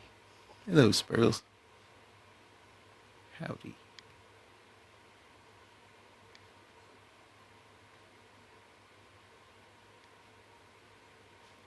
This guy's like, yeah, seems like there's a black spot in this case.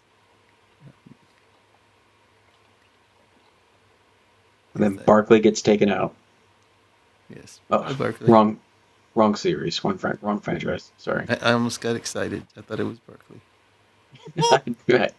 Dude, like, I don't know. I feel like he was pretty quick to take this guy out. Like, he didn't even try to slide him a 20 and been like, hey, no, everything's good. Just done. Like, I don't know. Maybe I'm just not a murderer, but like, I'd try to slide the guy a 20 and be like, hey, there's nothing wrong with the box. Let's just move it through. I mean, The other- he was carrying the tool with him. It strikes me that, and they don't have a lot of cash. It's probably hard to bribe people. They have credit chips. But he was carrying the tool with him. He went in there intending to use it. Yeah, he was ready to use it. And here's my other thing, right? So is this like the cargo bay where they're like unloading equipment and supplies and checking stuff? I think so. I feel like you'd want a camera in that space of all spaces. I don't know. Maybe that's just me. I do find it weird that there's like one worker and no cameras in a spot like that on the station. Yeah. It's like, oh, there doesn't need to be cameras here. We'll cut corners here.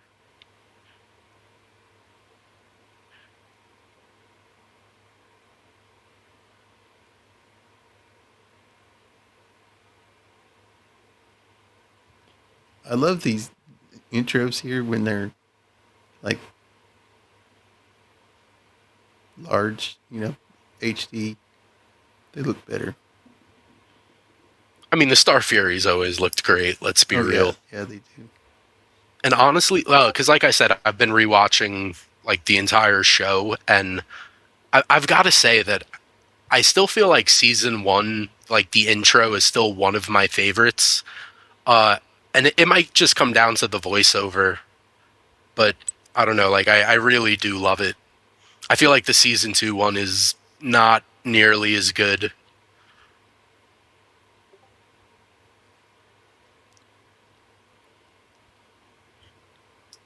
I love how each Star Fury has its own markings.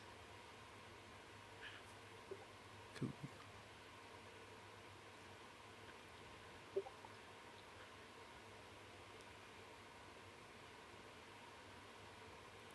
It's like, whatever to this cat. Oh, attack.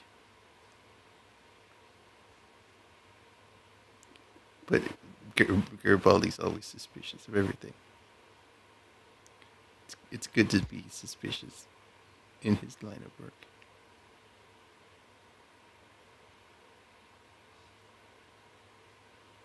I do hate how arrogant the Doctor is sometimes, though. Yeah. Only sometimes. I hate it all the time. Most of the time. And where did you go to medical school, Mr. Garibaldi? Like, okay, we get it. We get it. He's just asking to do a deeper check on it. Come on.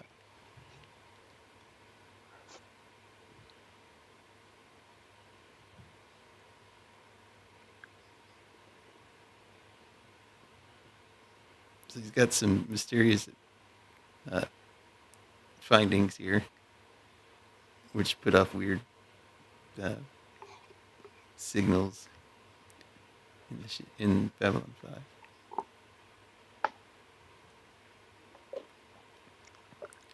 And he tells him, do some scans. And it's like, it's living technology.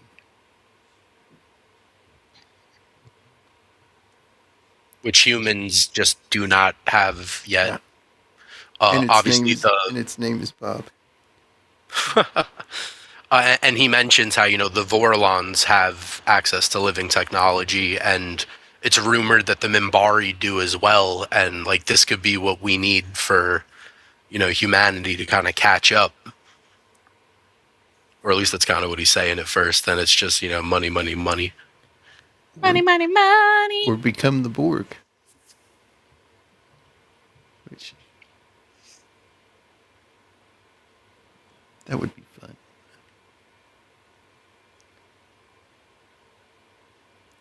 I want to think it's something like this that started the Borg. Hey, we found this technology. Let's play with it.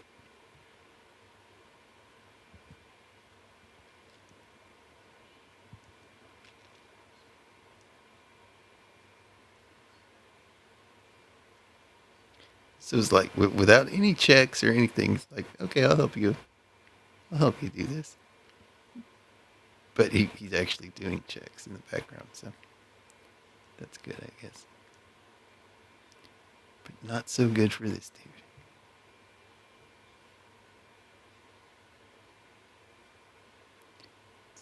Gamma radiation there.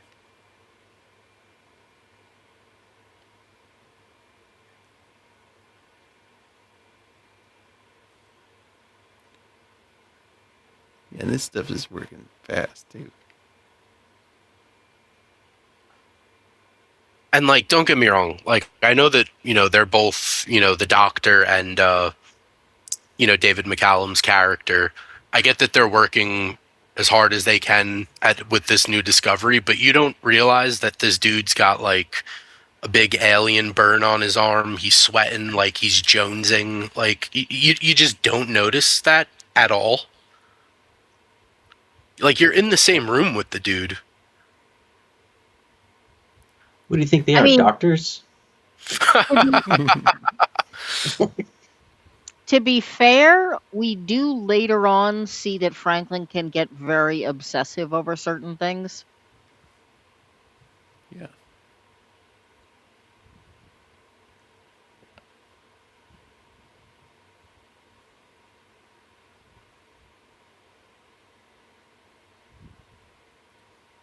I mean, I get it. I just figure that, like, you know, at some point in the hours that you're in the same room together, you'd maybe talk to the dude. Like, what did he stick his arm in his pocket every time they went to talk to him?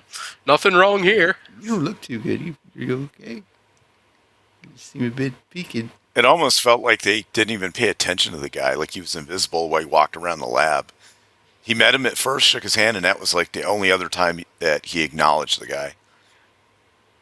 Because look here, he talks to him 4 or 5 times, it seems like, before he even looks up and acknowledges him. He's so engrossed in what he's doing. Yeah. Well, he's the blue collar worker. Right. Franklin is arrogant in all ways, shapes, and forms. I'm the diversity hire.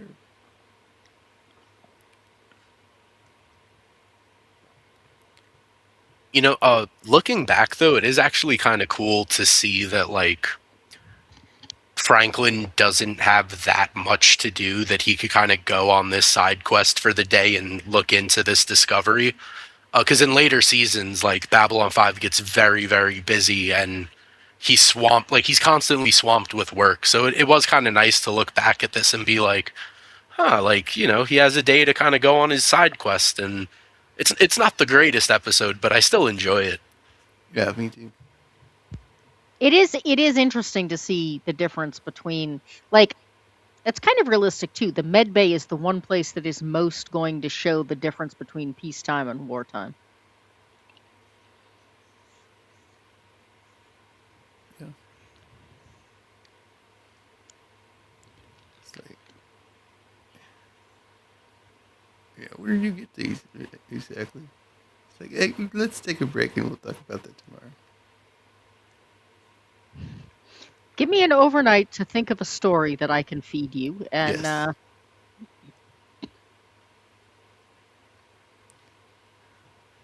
Give me a chance to contact some people on Earth that wouldn't pay big bucks for this.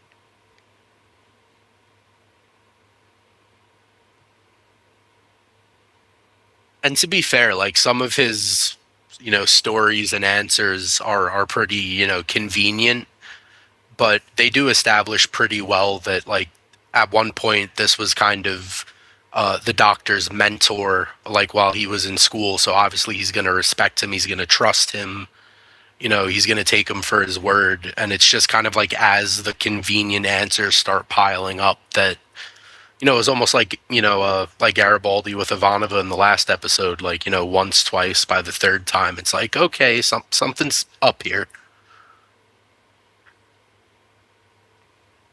Yep. though he does say even back in school, or he says in back in school, you know, you were an innovator, and now you're like, this is just taking the easy way out of things. You're not really making, which I thought was pretty elitist on his part, though. Like, this whole idea that, like, you know, it's not enough to discover technology, like, you have to create it. Right. I thought, you know, that was kind of and kind of weird coming from a doctor. You know, a doctor who later would go on to be in charge of, you know, having to discover the cure for a plague, and was perfectly happy with the idea of just, you know, discovering things if it meant the Earth didn't die. And he's got the holy hand grenade of Antioch. If only they had a rabbit. Yeah. So that symbiote thing that he put on his chest, that's also very like dark sunned kind of thing that would happen, you know.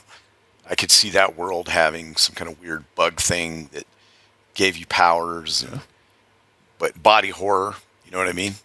Mm-hmm. Yeah. Oh yeah, well, like, one of the things that this episode does really well is paint, like, an incredible picture of Akara 7 and what happened. Meanwhile, this is a civilization that's been dead for, like, hundreds of years or whatnot. Or do you At least still get me? 1,000 years is what they said. It's Oh at yeah, least wow. 1,000. Yeah. 1,000 But years is always the go-to. Yeah, like, yeah, name yeah. and number. Pretty Uh, much. it depends on the genre that you're in. Like, No, if I this meant was in Babylon 5. For Oh, B5 right, in Babylon 5, right, specifically, yeah. Okay, 1,000 years. Because I was going to say, if this was like Warhammer 40K, it'd at least have to be like 5 or 10,000 years minimum, if Right. not older. That's just how they do things. Everything is really old. But think about it, man. Like, I feel like we have more lore and like a bigger picture, a better picture of what happens on Akara 7 than we do certain planets and races in other sci-fi shows or franchises. Like, Yeah. you know, you're kind of not witnessing, but we're discovering like the downfall of this civilization.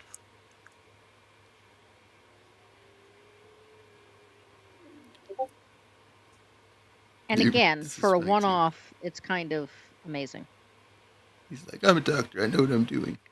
And he almost falls Maybe over. not. Maybe not.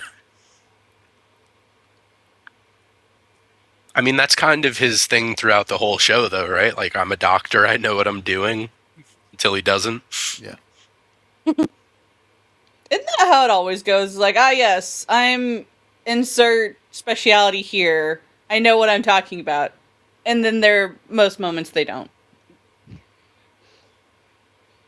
Yeah, with the exception of like Bones McCoy, whose whole thing was, I'm a doctor, not a whatever. Stop asking me for advice on this thing. Not a miracle man. Damn it, Jim.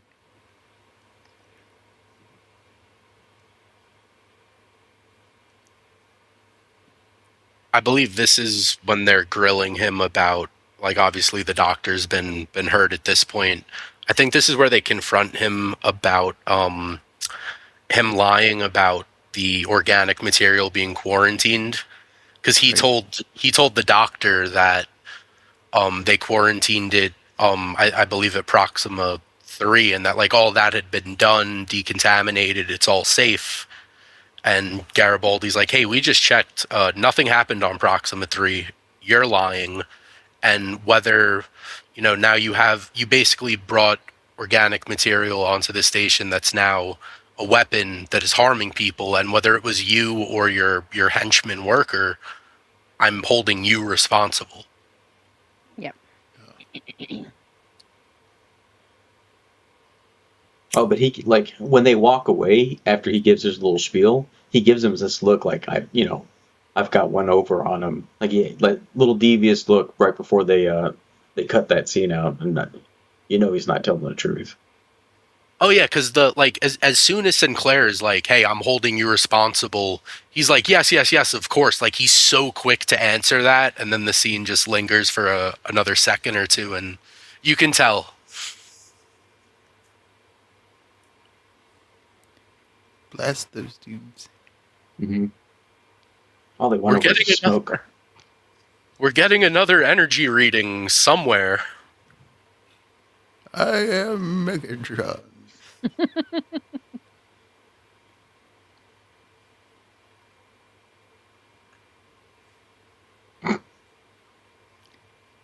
Those guys had no chance. No.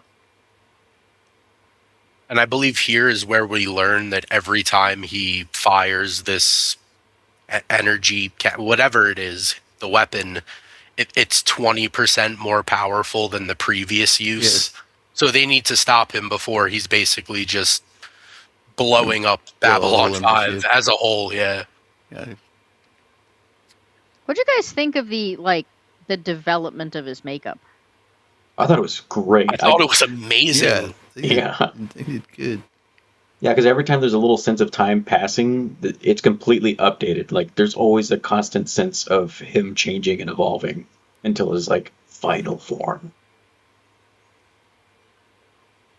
And it really does look incredible, because I feel like if it didn't look as good, it might have taken me a bit out of the episode. But, it's so well. All of the prosthetics on this show and makeup is incredibly well done, and it really does help with the immersion. It's the fact that so this was. I'm trying to remember. I know that I looked at what the budgets were for this and for Crusade when we were doing Crusade, And the first season of this was by far the lowest budget, like by a Yeah. lot.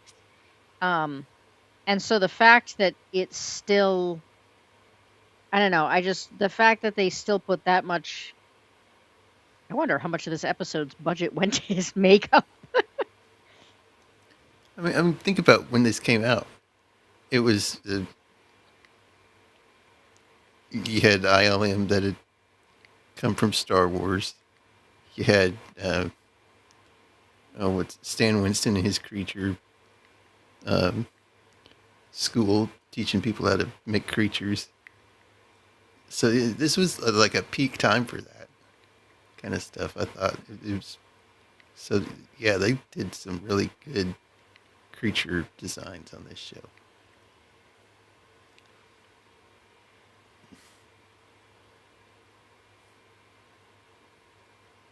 So they've got this thing cornered, or so they think. So they go a full-on assault. This guy apparently just melts through bulkheads like butter.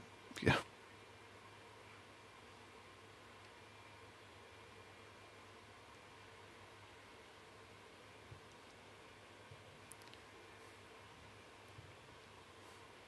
Doors? I don't need no stinking doors. Hey, sorry guys, I'll be right back. Doors, the bane of every D&D campaign.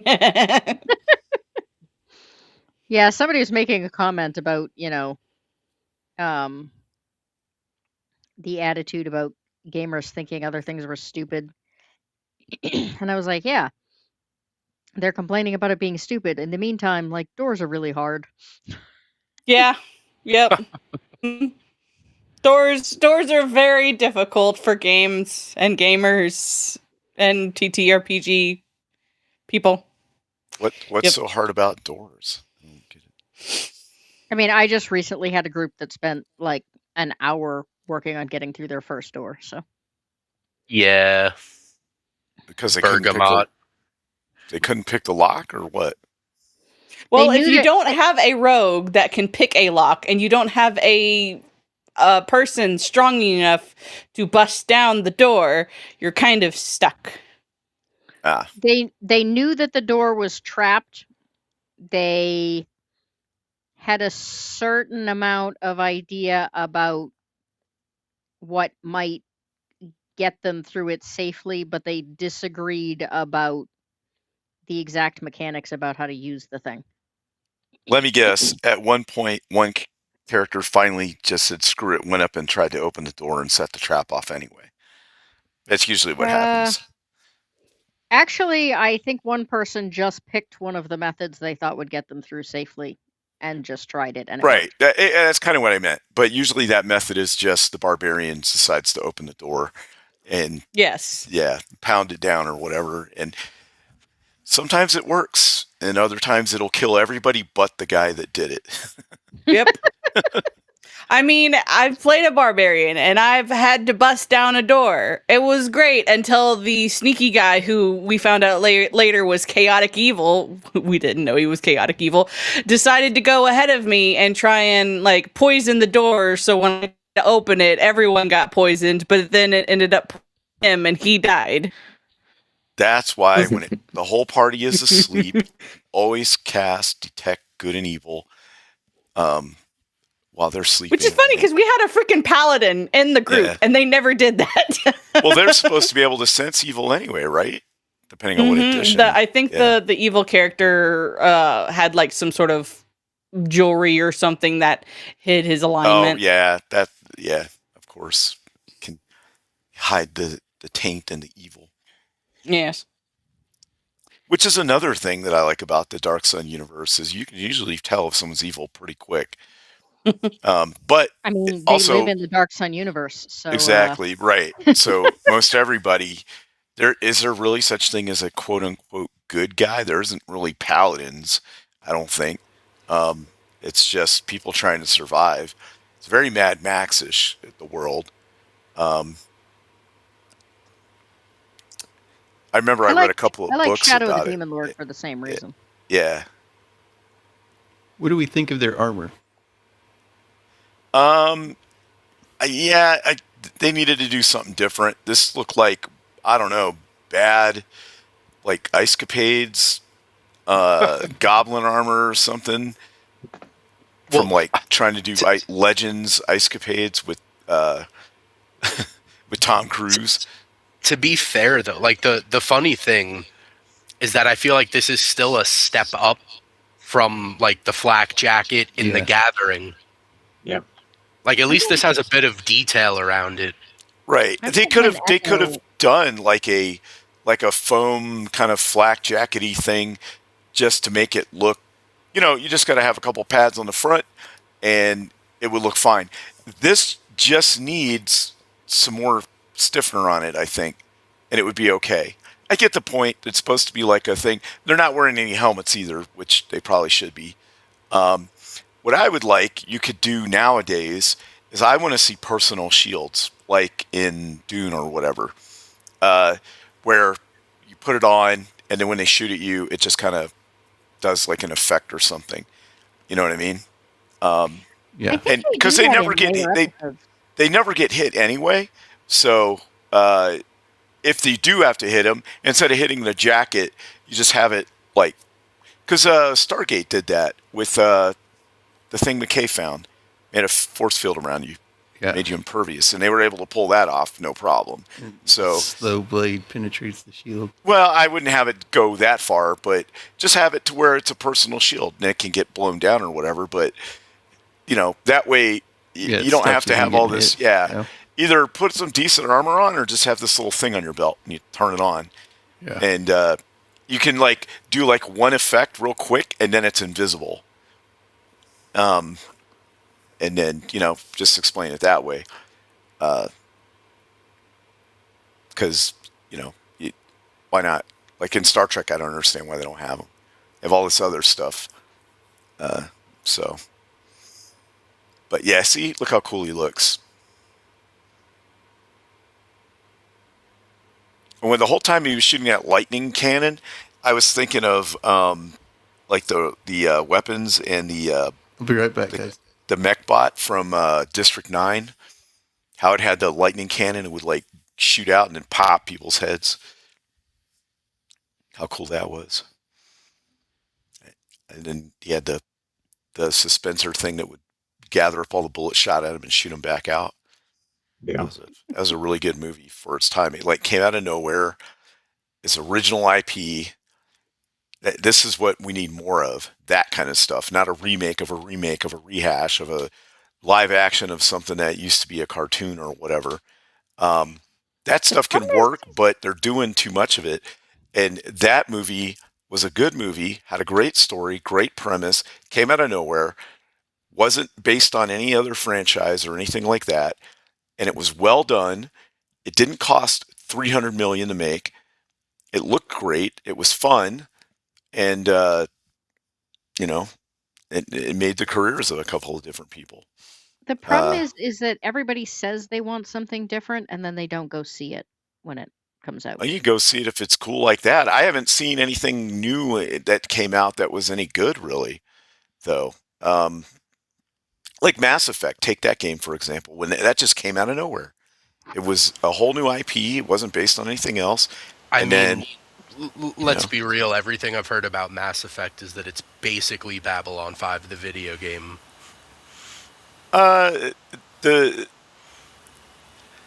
there is a space station and there's a council and there's aliens and stuff, but the story is really good. I didn't like the first game because when it first came out, everyone was all about it, and I was like, okay, whatever. I tried it for a little bit, but the vehicle that you had the tires were so bouncy, I couldn't play Yeah. the game. And then I played the second one, which was outstanding, and I played the third one, which was great right up to the end. And then you could carry over what your decisions were and who you talked to and what your character did and all that from between each game. And they had reasons why you kind of had to start over a little bit between the first and second one, and that story was really good. But the first one's story was really good, the second one's story was really good, and then the third one's story was pretty good right up to the end, and then the ending just negated all of that. You got to pick 3 different endings, and that was it. And they were all basically the same.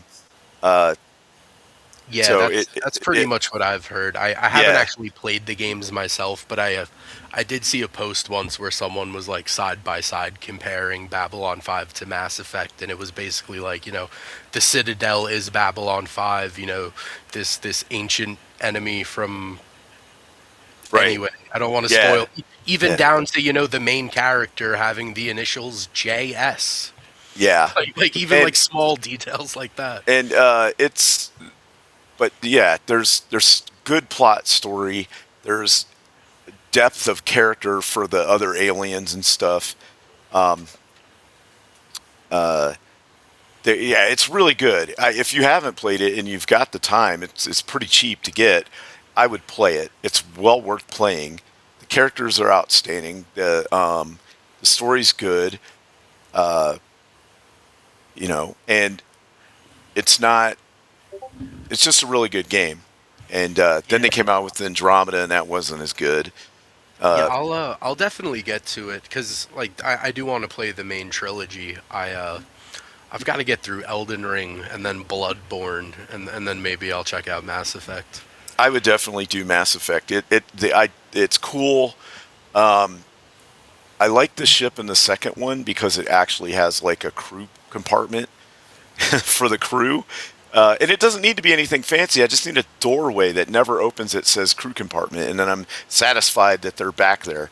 I have this thing where if I see a ship that lands, it needs to be, when it lands on the planet and you get out of it, right? You can see it in the background. It needs to be to scale with like what it's going on inside. And it did that pretty much in the second one and the third one. But in Andromeda, the ship was too small. There wasn't enough crew. Like nobody had a bed or anything. Guys were, I don't know where they slept. You had this giant room to yourself as the main character, but the rest of the crew, who knows what they were doing. So I like things to shacking up. I like the things to be practical. Like you could, see the engine and all this kind of stuff. This is really cool. The story's good. The combat is pretty fun. There are a lot of characters with depth. There's romancing, and obviously you can do a lot of different things with that. Unless the engine in the ship looks like a brewery. Yeah. No, it's like a big round ball with like electrical stuff. Yeah, it's pretty cool. But anyway, it's a good game. You can pick your crew and bring your squad with you and stuff, and it's pretty good. Sweet. So I get in Starscream.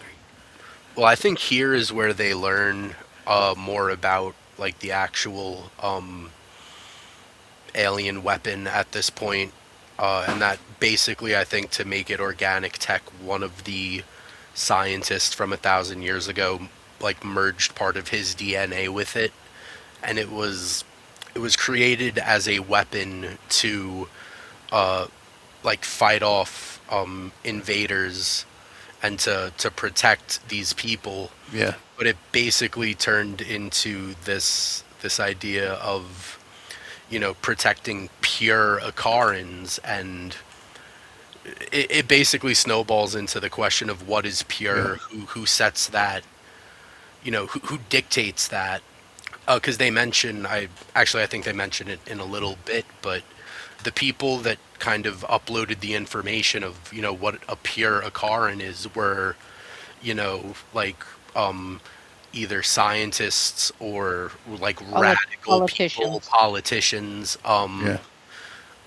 So it's getting like this warped like propaganda view of what a pure Akaran is, right, to the point he where actually says they didn't feed you facts, they fed you propaganda. Yeah. Mm-hmm. And it snowballed to the point where these were created as weapons to protect the Akarans, but once you can't really, when no one is pure, the weapons turned on their own people. Exactly. Right. It wound up being like I think it was an Isaac Asimov book or something, where the directive was the AI androids were to make humans happy. That was their primary directive, was to serve humans and make them happy. Well, they came to the conclusion that the only way to make a human happy was if they were dead, is the only time they wouldn't want anything more. So then they decided that the best way to make them happy was to exterminate them, because then they wouldn't have any more needs or wants, and they would be, perfectly happy. So then they go on this big mass murder wave and destroy most of the civilization because of that. It's kind of the same concept, right? Only the most pure Ikarian, but they don't meet that. Or what was another example was that show The Good Place, where no one had gotten into heaven since like the 15th century because of all of like interconnecting things that people thought they were doing good by picking flowers out of somebody's yard to give to somebody else, to their sick mother. But because they picked flowers out of someone else's yard, it made them ineligible to go to to go to heaven. So it was kind of the same thing, where you set these impossible standards that nobody can meet, and this is what you get. Yeah.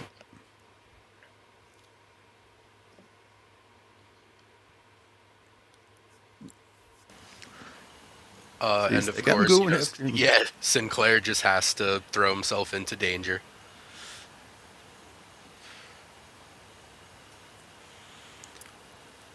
And not just because he's like a Kirk type. Like, they actually address this tendency of his. Oh yeah, Right. the scene at the end of this episode is probably one of my favorite scenes in the episode.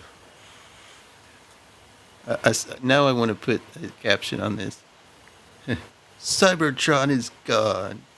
It's like, you lie. And honestly, I love this scene too, because Sinclair is trying to get into his head, and he's basically telling him like what happened with Akara 7. And so he's like speaking like into a speaker that's like playing over like the entire section that they're in, and he's intentionally trying to make him mad and agitate him. And he does, like, Michael O'Hare does a fantastic job. Like the stuff he's saying, the way he's saying it, like, I actually think, like, when I watched this scene, I think Michael O'Hare would have made a great villain.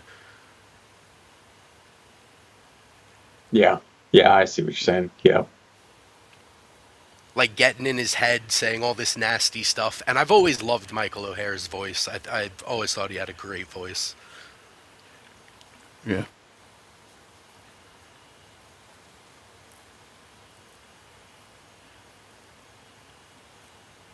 Yeah, that's true, Molly.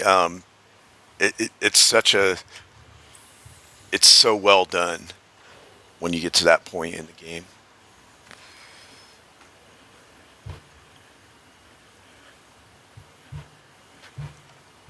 And again, it came out of nowhere, kind of like Babylon 5. I had it was not on my radar. I had never heard of it, and then it came out, and I had a friend who was like, "Hey, there's this new show, Babylon 5. It's pretty good. You got to check it out." And because I was living in the UK at the time, and so it took us a while to like get a couple copies of it or whatever on VHS bootleg, and I think that's how I saw the first season. I think a lot of it at the time really had to do with word of mouth among like hardcore sci-fi. Right. That's exactly how I heard it. And then I moved back to the U.S. In end of '94, into '95, and then I could watch it on TV. Like I wasn't even alive at the time, but like my dad had no idea the show existed. My grandmother had to tell him about the show and be like, if you're not watching this, you're an idiot. And like my dad was working like 3 jobs at the time, you know. He was like, I barely have time for TV. She was like, make time. Like, it's better than what Star Trek is doing. You have to watch this show. And this was during season 1, you know what I mean? It's not even like not like season 3 where the show was like at its absolute peak. Like even early on, you know, like hardcore sci-fi fans were telling people like you have to see this if you like sci-fi. Yeah, and the great thing about this was that you could watch Babylon 5 and then you could watch DS9 in the same week. I've shown it to people who don't like sci-fi and they still love it. Once they I get like Oh past yeah, the of fact that it's course. sci-fi. the acting here. He's almost looks sorry for him, remorseful for that. The culture was destroyed like that. Yeah, he almost seems crushed that he's broken the mind of this machine.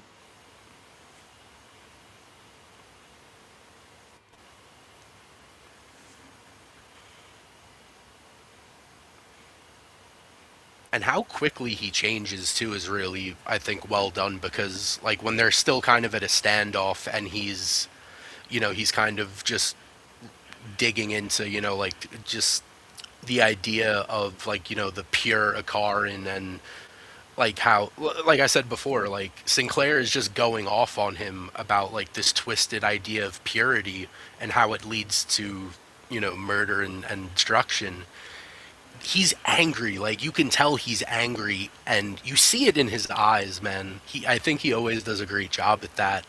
But you're right. Like when once the Akaran starts to realize and look into the mind of the person that he took over, and he realizes what happened and how they're basically responsible for it. Like O'Hare really does a good job here. Yeah. Um, and I don't know, like I think we've said it before. As the season goes on, there are certain episodes where he's not at his best. He's a bit stiff at times, and I don't know. I think it's just worth mentioning that there are episodes where he is really doing a great job, all things Yes. considered. Yep.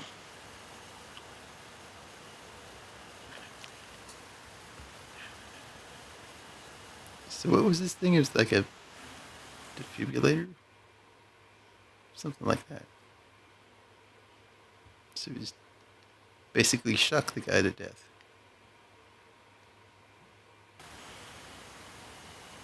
Yeah, it's like if you use it on the wrong person, it gives them a heart attack, right? Right. If you use it on a healthy person, I believe Yeah. is what he said. Yeah. Imagine if the guy actually had a bum ticker and didn't even know it. Yeah. Gets zapped and he's like, "Whoa, I feel better than I have in ages." No one's that lucky on this show.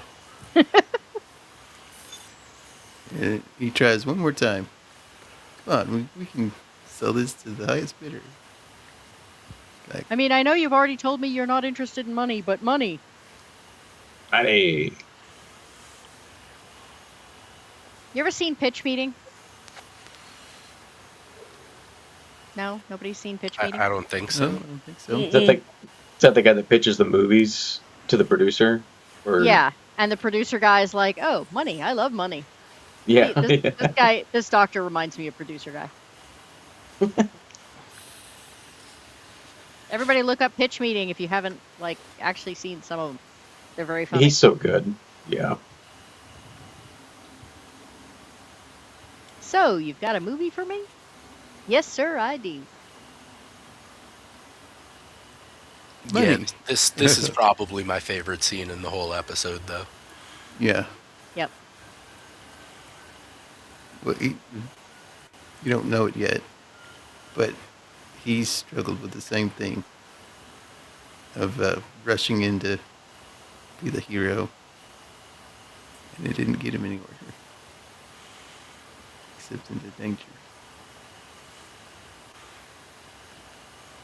What's he say? Some people call that being a hero. I don't know. I never have been. I've never been one.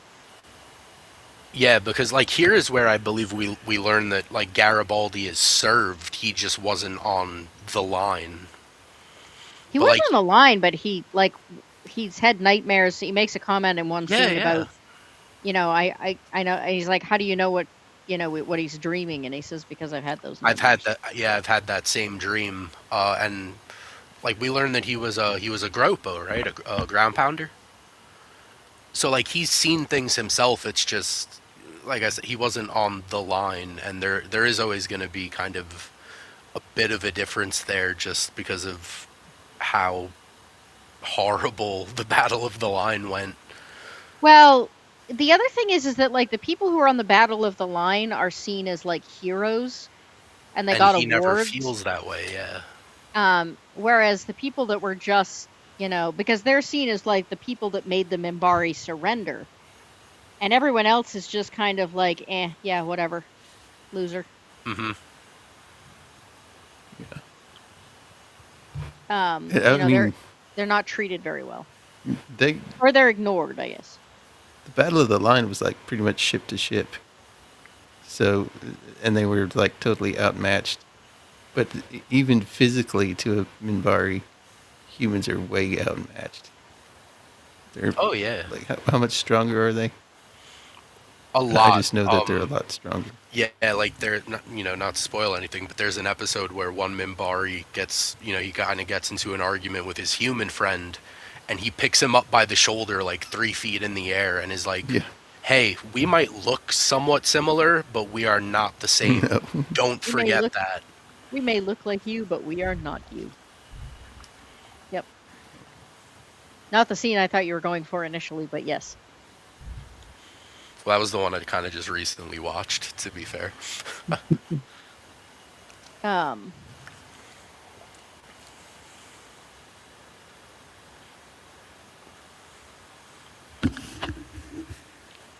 He says something to him like there's guys that don't see it and do it and not see that there's a problem.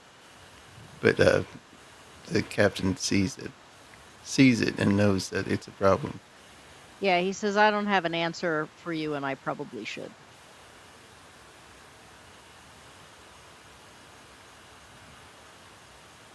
Because he's initially kind of like nasty to Garibaldi, and Garibaldi just kind of goes, all right, and just, he said his piece, so he turns around to walk away, and then he gets called back, and he says, I don't have an answer for you, but I probably should.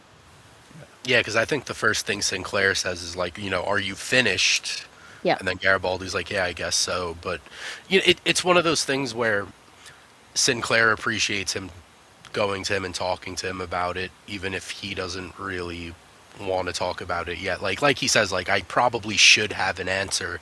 It's just not something he's put thought into, at least not consciously.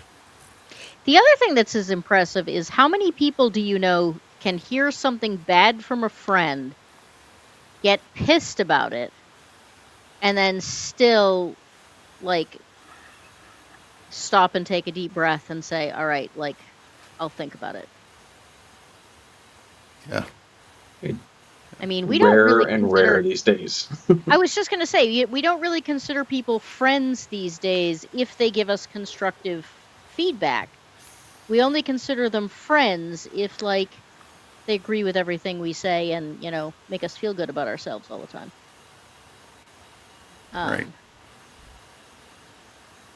I used to have when I was an undergrad, I had a professor who used to say, friends are the people who say, no, don't go to the bar, you need to study for your test. Acquaintances are the ones who say, you'll do fine, let's go to the bar.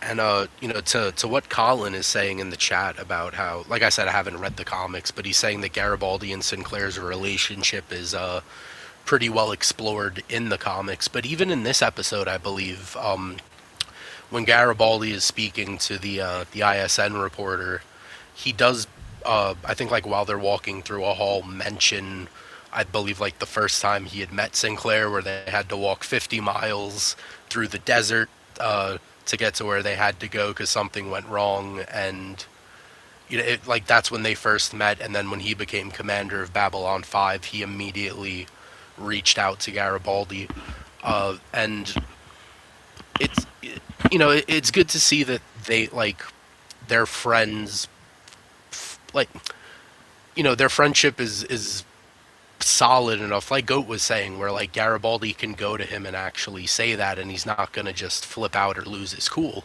And even Garibaldi says, like, I've been your friend longer than I've worked for you.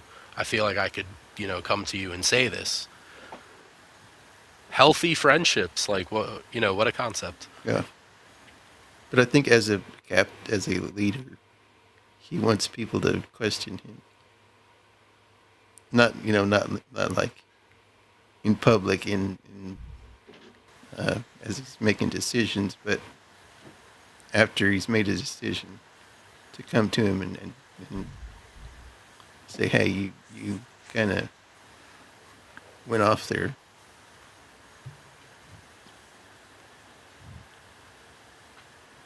So I think that's another good thing. And I think this is also when we start to learn about pro Earth groups back on Earth that are bigoted and hateful towards aliens and kind of want humans to just focus on themselves. And they're talking, and the doctor is also talking about Akara 7, about how this demand for purity completely ruined the society and led to extermination, and like how could anyone be so stupid.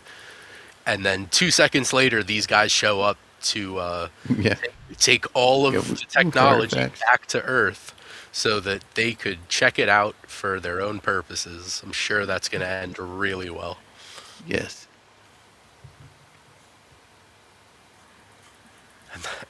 And then Ivanova has the what does she say? I'm gonna go drink over here with the rest of the aliens. Yeah, I gotta get drunk with the rest of the aliens.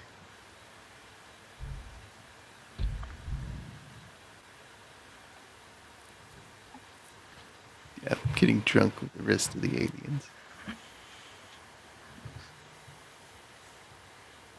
I do like the subtle drops of information, or like things that are going on back home that become relevant in honestly not even that much later, even in a couple episodes time, I think. Yeah, it is kind of interesting because there seems to be this whole like the president wins on an Earth first campaign, and yet then later on he's made out to be actually quite progressive compared to the guy, but the VP. Right. Yep.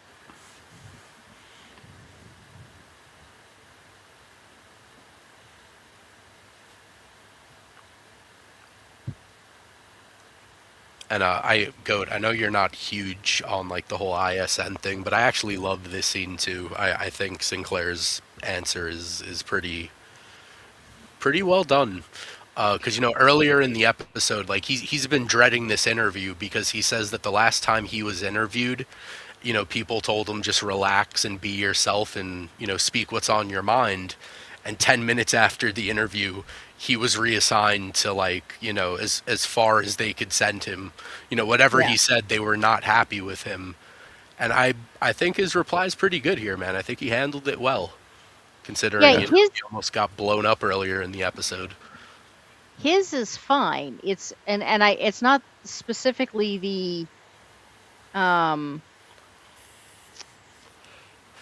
it's not specifically the episodes. It's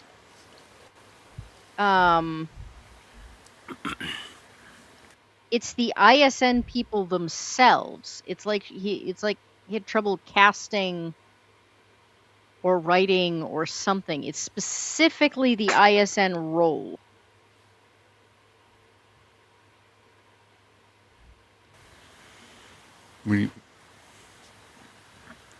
Like the actors didn't do good, or what? Well, I really can't. Well? I don't think they're written well, because I think they do a good job with what they. This one especially. I think she does a good job with what she has, and I think his responses to her are good. But she just, I don't know. It's almost like they stuck a comedy act in the middle of this very serious episode. The whole thing with like she yells at Garibaldi and then needs the bathroom like pretty much immediately. I was like, what is it all about? It's just such a weird segue. It's like they needed to get her off stage into a new scene and they couldn't figure out how.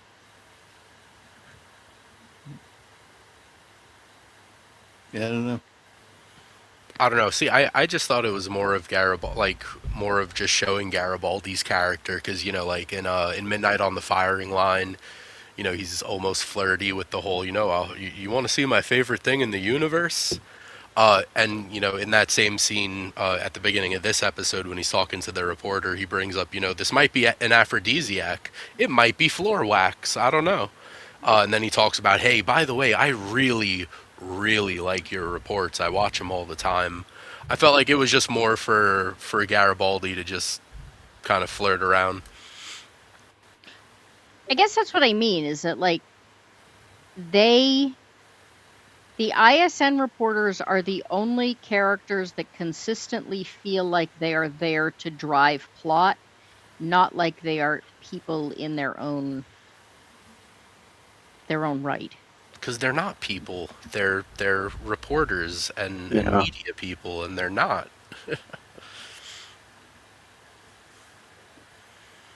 No, I get what you're saying. Like I've the only thing that kind of unsettled me throughout the series of my watch throughs has been the ISN segments.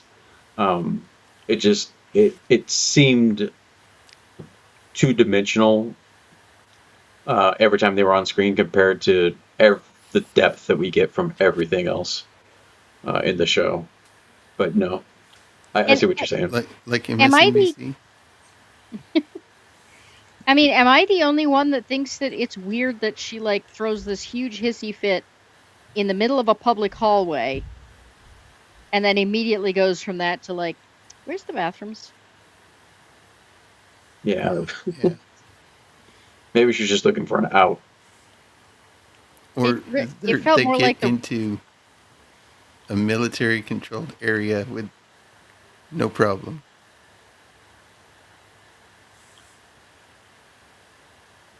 it feels more like the writers needed an out. Yeah. Yeah, It felt like a bad Joss Whedon thing. Like, oh, we've had this, serious, intense, Babylon 5 was never supposed to work, and then we're just gonna make a joke. I mean, I get it. I just feel like it was a way for Garibaldi to get the last word, because he's sitting here talking about aphrodisiacs, and she's like, "I need to leave and use the bathroom," and then she goes to walk away, and he's like, "No, no, no, it's that way." So like he gets the last word, and it's like, okay, well, I need to pretend I am going to the bathroom to get away from this guy.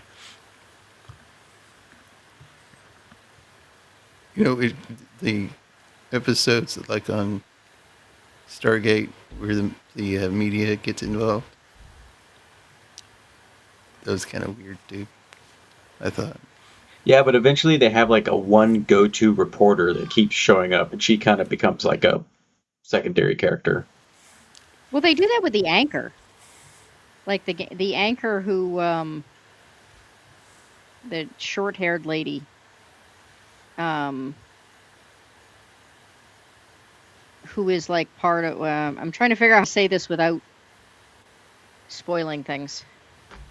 She becomes the regular like face of INS for pretty much most of the reports. Yeah. Yeah, At least in season 3 and 4, or at least most of them. Maybe part of 2. I don't remember when she shows up. Is that the one that's on the screen? Yep. Okay. Yeah. and just going back to that last scene real quick.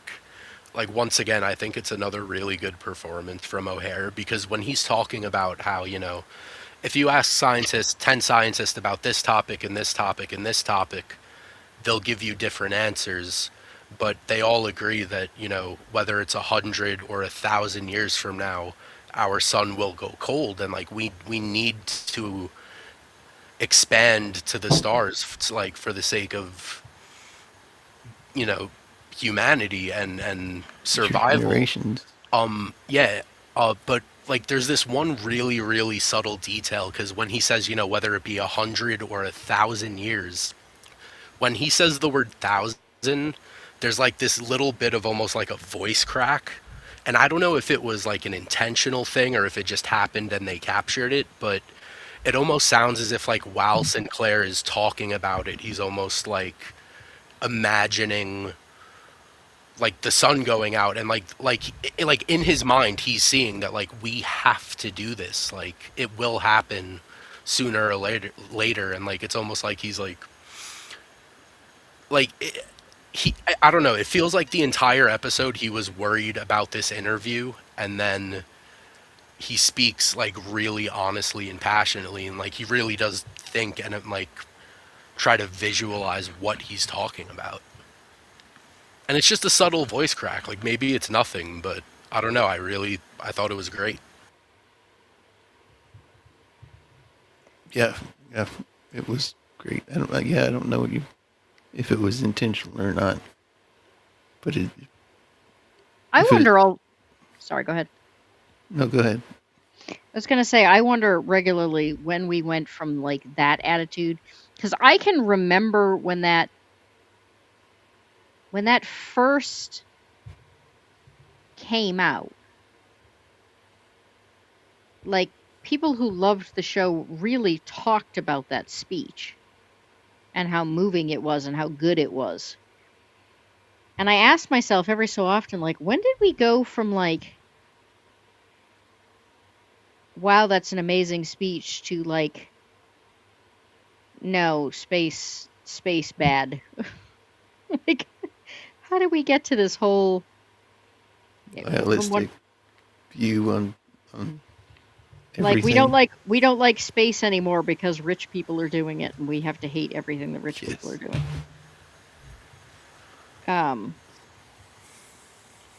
It's Or- just, it's so weird to me. Like it's like enjoying the idea of space travel or wanting to like get into space travel has now become faux pas, because you should pay attention to the things that are wrong on Earth now. But like it says, you know, Well, I mean, honestly, someday, if we haven't left this planet. well, like the thing that's kind of interesting though is that even in this show, that like the two sides of that kind of show up, because there's not to spoil anything, but there's a character that basically believes that humanity has no place going out into the stars until they figure everything out at home first. So even at this point in the future, some people still kind of hold that belief, or like have this you know, they're off put by space exploration for one reason or another. Yeah, I don't know. I feel like the whole Earth First movement has sort of become our entire existence. I think that's what I'm. Yeah. What's Warhammer? Humanity first. Death to the Xeno. And I mean, Well, but they're still into space travel though, so you know, Yeah, totally different. just kill everything on the other planets. yeah, and going back to the speech though, I mean, I also do love what Sinclair says about like, hey, like we need to expand to the stars, because when the sun goes cold, like it's not just us that go with it. It's all these things from the past, and it's, you know, it's Marilyn Monroe, and it's Buddy Holly, and it's, you know, a bunch of, yeah, it's so many, like, but it's not, it's a variety of different things. It's not like here's our top scientists, here's our top philosophers. It's down to, you know, artists and people that, you know, brought us joy as well. Like it's nice to see that like art still kind of has a place in the future, even if it's as simple as, you know, Garibaldi loving Daffy Duck. Like that stuff still matters to us. I think that what this show really shows is the difference who people who remember history and the people who don't, or the people who appreciate history and the people who don't. Oh yeah, well, like I once again I don't want to spoil much, but there's a certain character in later seasons who in one episode kind of says like, hey, you know, I never really paid attention in history class. I kept falling asleep, and then he kind of gets in a bad group because he kind of doesn't see the red flags that he might have seen if he kind of knew history a little better or paid attention, he falls into that trap because he doesn't know history and he doesn't see those red flags from the past resurfacing. Yep. Yep. What I'm trying to say is the show is really good. So watch it. Like this, like I think we all agreed this wasn't really the best episode by any means, and it's still a pretty solid episode, man. Like Yep. there's, I really can't think of many episodes of Babylon 5 where I'm like, that was an absolute stinker. Like I've walked away going, that wasn't the best, but it wasn't bad. Like I've never been disgusted by an episode of Babylon 5 where I was like, wow, they just really couldn't keep it together there. Season 5 included, honestly. Like Really. there's things I'm not happy with, don't get me wrong, and there's things that I think, like, don't get me wrong, there's things that like I really do want to skip, but I still feel like Babylon 5 at its worst is still better than most shows. And not even modern shows. Like I know like everyone kind of says, "Oh, like even the stuff from the past at its worst is better than everything today." And like, yeah, obviously, like there's so many sci-fi shows today that are just god awful. But even shows from the past, I still think Babylon 5 at its worst is still just as good or like holds up. Like I feel like there's other shows from the 90s that really tail off in their last couple seasons way worse than Babylon 5 did. I love Farscape, but the last couple seasons of Farscape couldn't even really tell you about, to be honest. Yeah. I, on the other hand, have never understood the love for Farscape. I think the first like 4-ish seasons are really fun, man. I've always loved him, but And it's got Rigel, the puppet. He's awesome. he is awesome. Yeah, no, not Mike.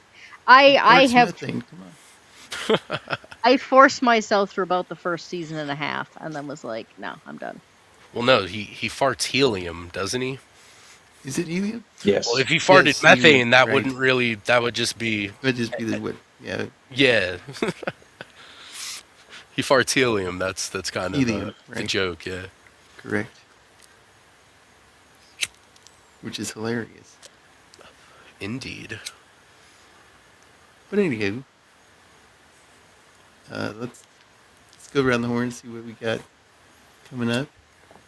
Looking forward to being on Roman's show again in September. Yeah, his show's coming up in September. Not sure the exact date yet. And what are we doing next? I have it. Give me a second. What do you got coming up? Whatever we're doing next week. Oh, right. Okay. Yeah. Which I don't know what that is because I haven't. Bullet. Might have mentioned it, but I forgot. Bullet. Oh yeah, Bullet. Oh yeah, Bullet, 1968. Yep. Steve McQueen. Great car chase, car action. One of the best. Yep, getting all ready for GTA 6 to come out. I'm just kidding. That whole thing is a mess. The leaks and putting a trailer on Netflix behind a paywall. Oh, that's Yeah, it's good times. Anyway, thanks for having me on. Great show. always. Great being on here with everybody. Mr. Mando, what do you got? Anything? My friend Trucker Rob's channel on Sunday, we play Pathfinder, doing our Skull and Shackles campaign, where I am the pirate captain of a pirate ship, and we're about to be on the pirate council, and I can shove the word pirate in a lot, apparently. Arg. Nice. Travis. I've been going live on Wednesday nights to talk about current topics. So I usually try to go live at 8. I was a little late last week, but I'll try to be a little more consistent with that. I've got that coming up, and then obviously I'll be here for Bullet next week, and it's my 42nd birthday this weekend, nice. and I'm gonna. Oh, thank you. I'm gonna celebrate by watching Paw Patrol, the Paw Patrol movie with my kids. Sounds fun. Cool. Well, happy birthday. Hope you have a Thank good you, thank you. Goat. Tomorrow night I am talking world building with Mike Neistel. For anyone who's unfamiliar with him, he basically wrote for every gaming company in the 90s, and is famous enough that like they named magic spells after him in D&D. And Monty Cook, who is the creator of the Cypher system and Numenera, which I've talked about several times as one of my favorite games to introduce people to, and which Jacob has played and Eraser has played. Yeah, fun game. And Lord Mateus from Second Watch. So we're all going to be talking about world building and how to make worlds more feel, interestingly, more fleshed out and more engaging and not two-dimensional and empty, coincidentally. Cool. And let's see, what else is going on? I feel like there is so much, and it's all stuck in my brain, and I can't remember it all. The Stray Crows Kickstarter, which is the first Kickstarter I ever got to work on, has now crossed $15,000. The original was like £2,500. It's on its third stretch goal, and I have decided that if it makes its fourth stretch goal, which is a horror adventure, I'm going to do a random draw for 6 people and run the adventure for the following Halloween. So if anybody backs it above the $50 mark, your name goes in a hat and you get a chance to have it run. I also am doing the editing on all 3 core books. So that's my current project. It's intense, but the game is excellent. It is not one of those games where I get, 20 pages in and go, oh God, why did I take this job? And I don't know. I feel like there's more, but I can't think what it is because I'm really tired. So we'll say that's it for the moment. All right. Thanks, Eraser, for putting those links in the chat. What do you got? What do you got? Oh, thank you. So I'll be back here, next month when you're covering Babylon 5. I swear I can speak. I'm not falling asleep as I speak. But yesterday I was on the Wayfarer Projects channel. We were talking about a couple chapters from the Silmarillion, and we haven't decided if we're going to do it next Monday or the Monday after that. Nothing set in stone, but on a Monday in the near future, 4 o'clock, I'll be over there on the Wayfarer Projects. We're talking the Silmarillion. If that's not your thing, get better taste. I don't know what to tell you. That's it, man. Like I said, and then I'll be back here for Babylon. So that's it. Alrighty. Cool. For me, tomorrow, I think I'll be on. I'll be moderating the chat for Joker, and then next week we'll let. So yeah, that's about it. Thanks for the people in the chat. Thanks for Archer Collin for being here, and I think Molly was here earlier on. And I hope everybody has a good week. We'll see y'all next time. Have a Take good care, one, everybody. people. Yep. Happy Later, netbudding. everyone. Adios.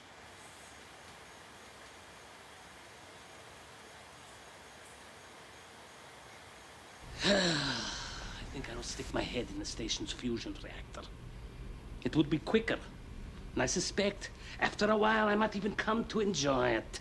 Ambassador, why don't But you this is like being nibbled to death by, what are those earth creatures called? Feathers, long bill, webbed feet. Go quack.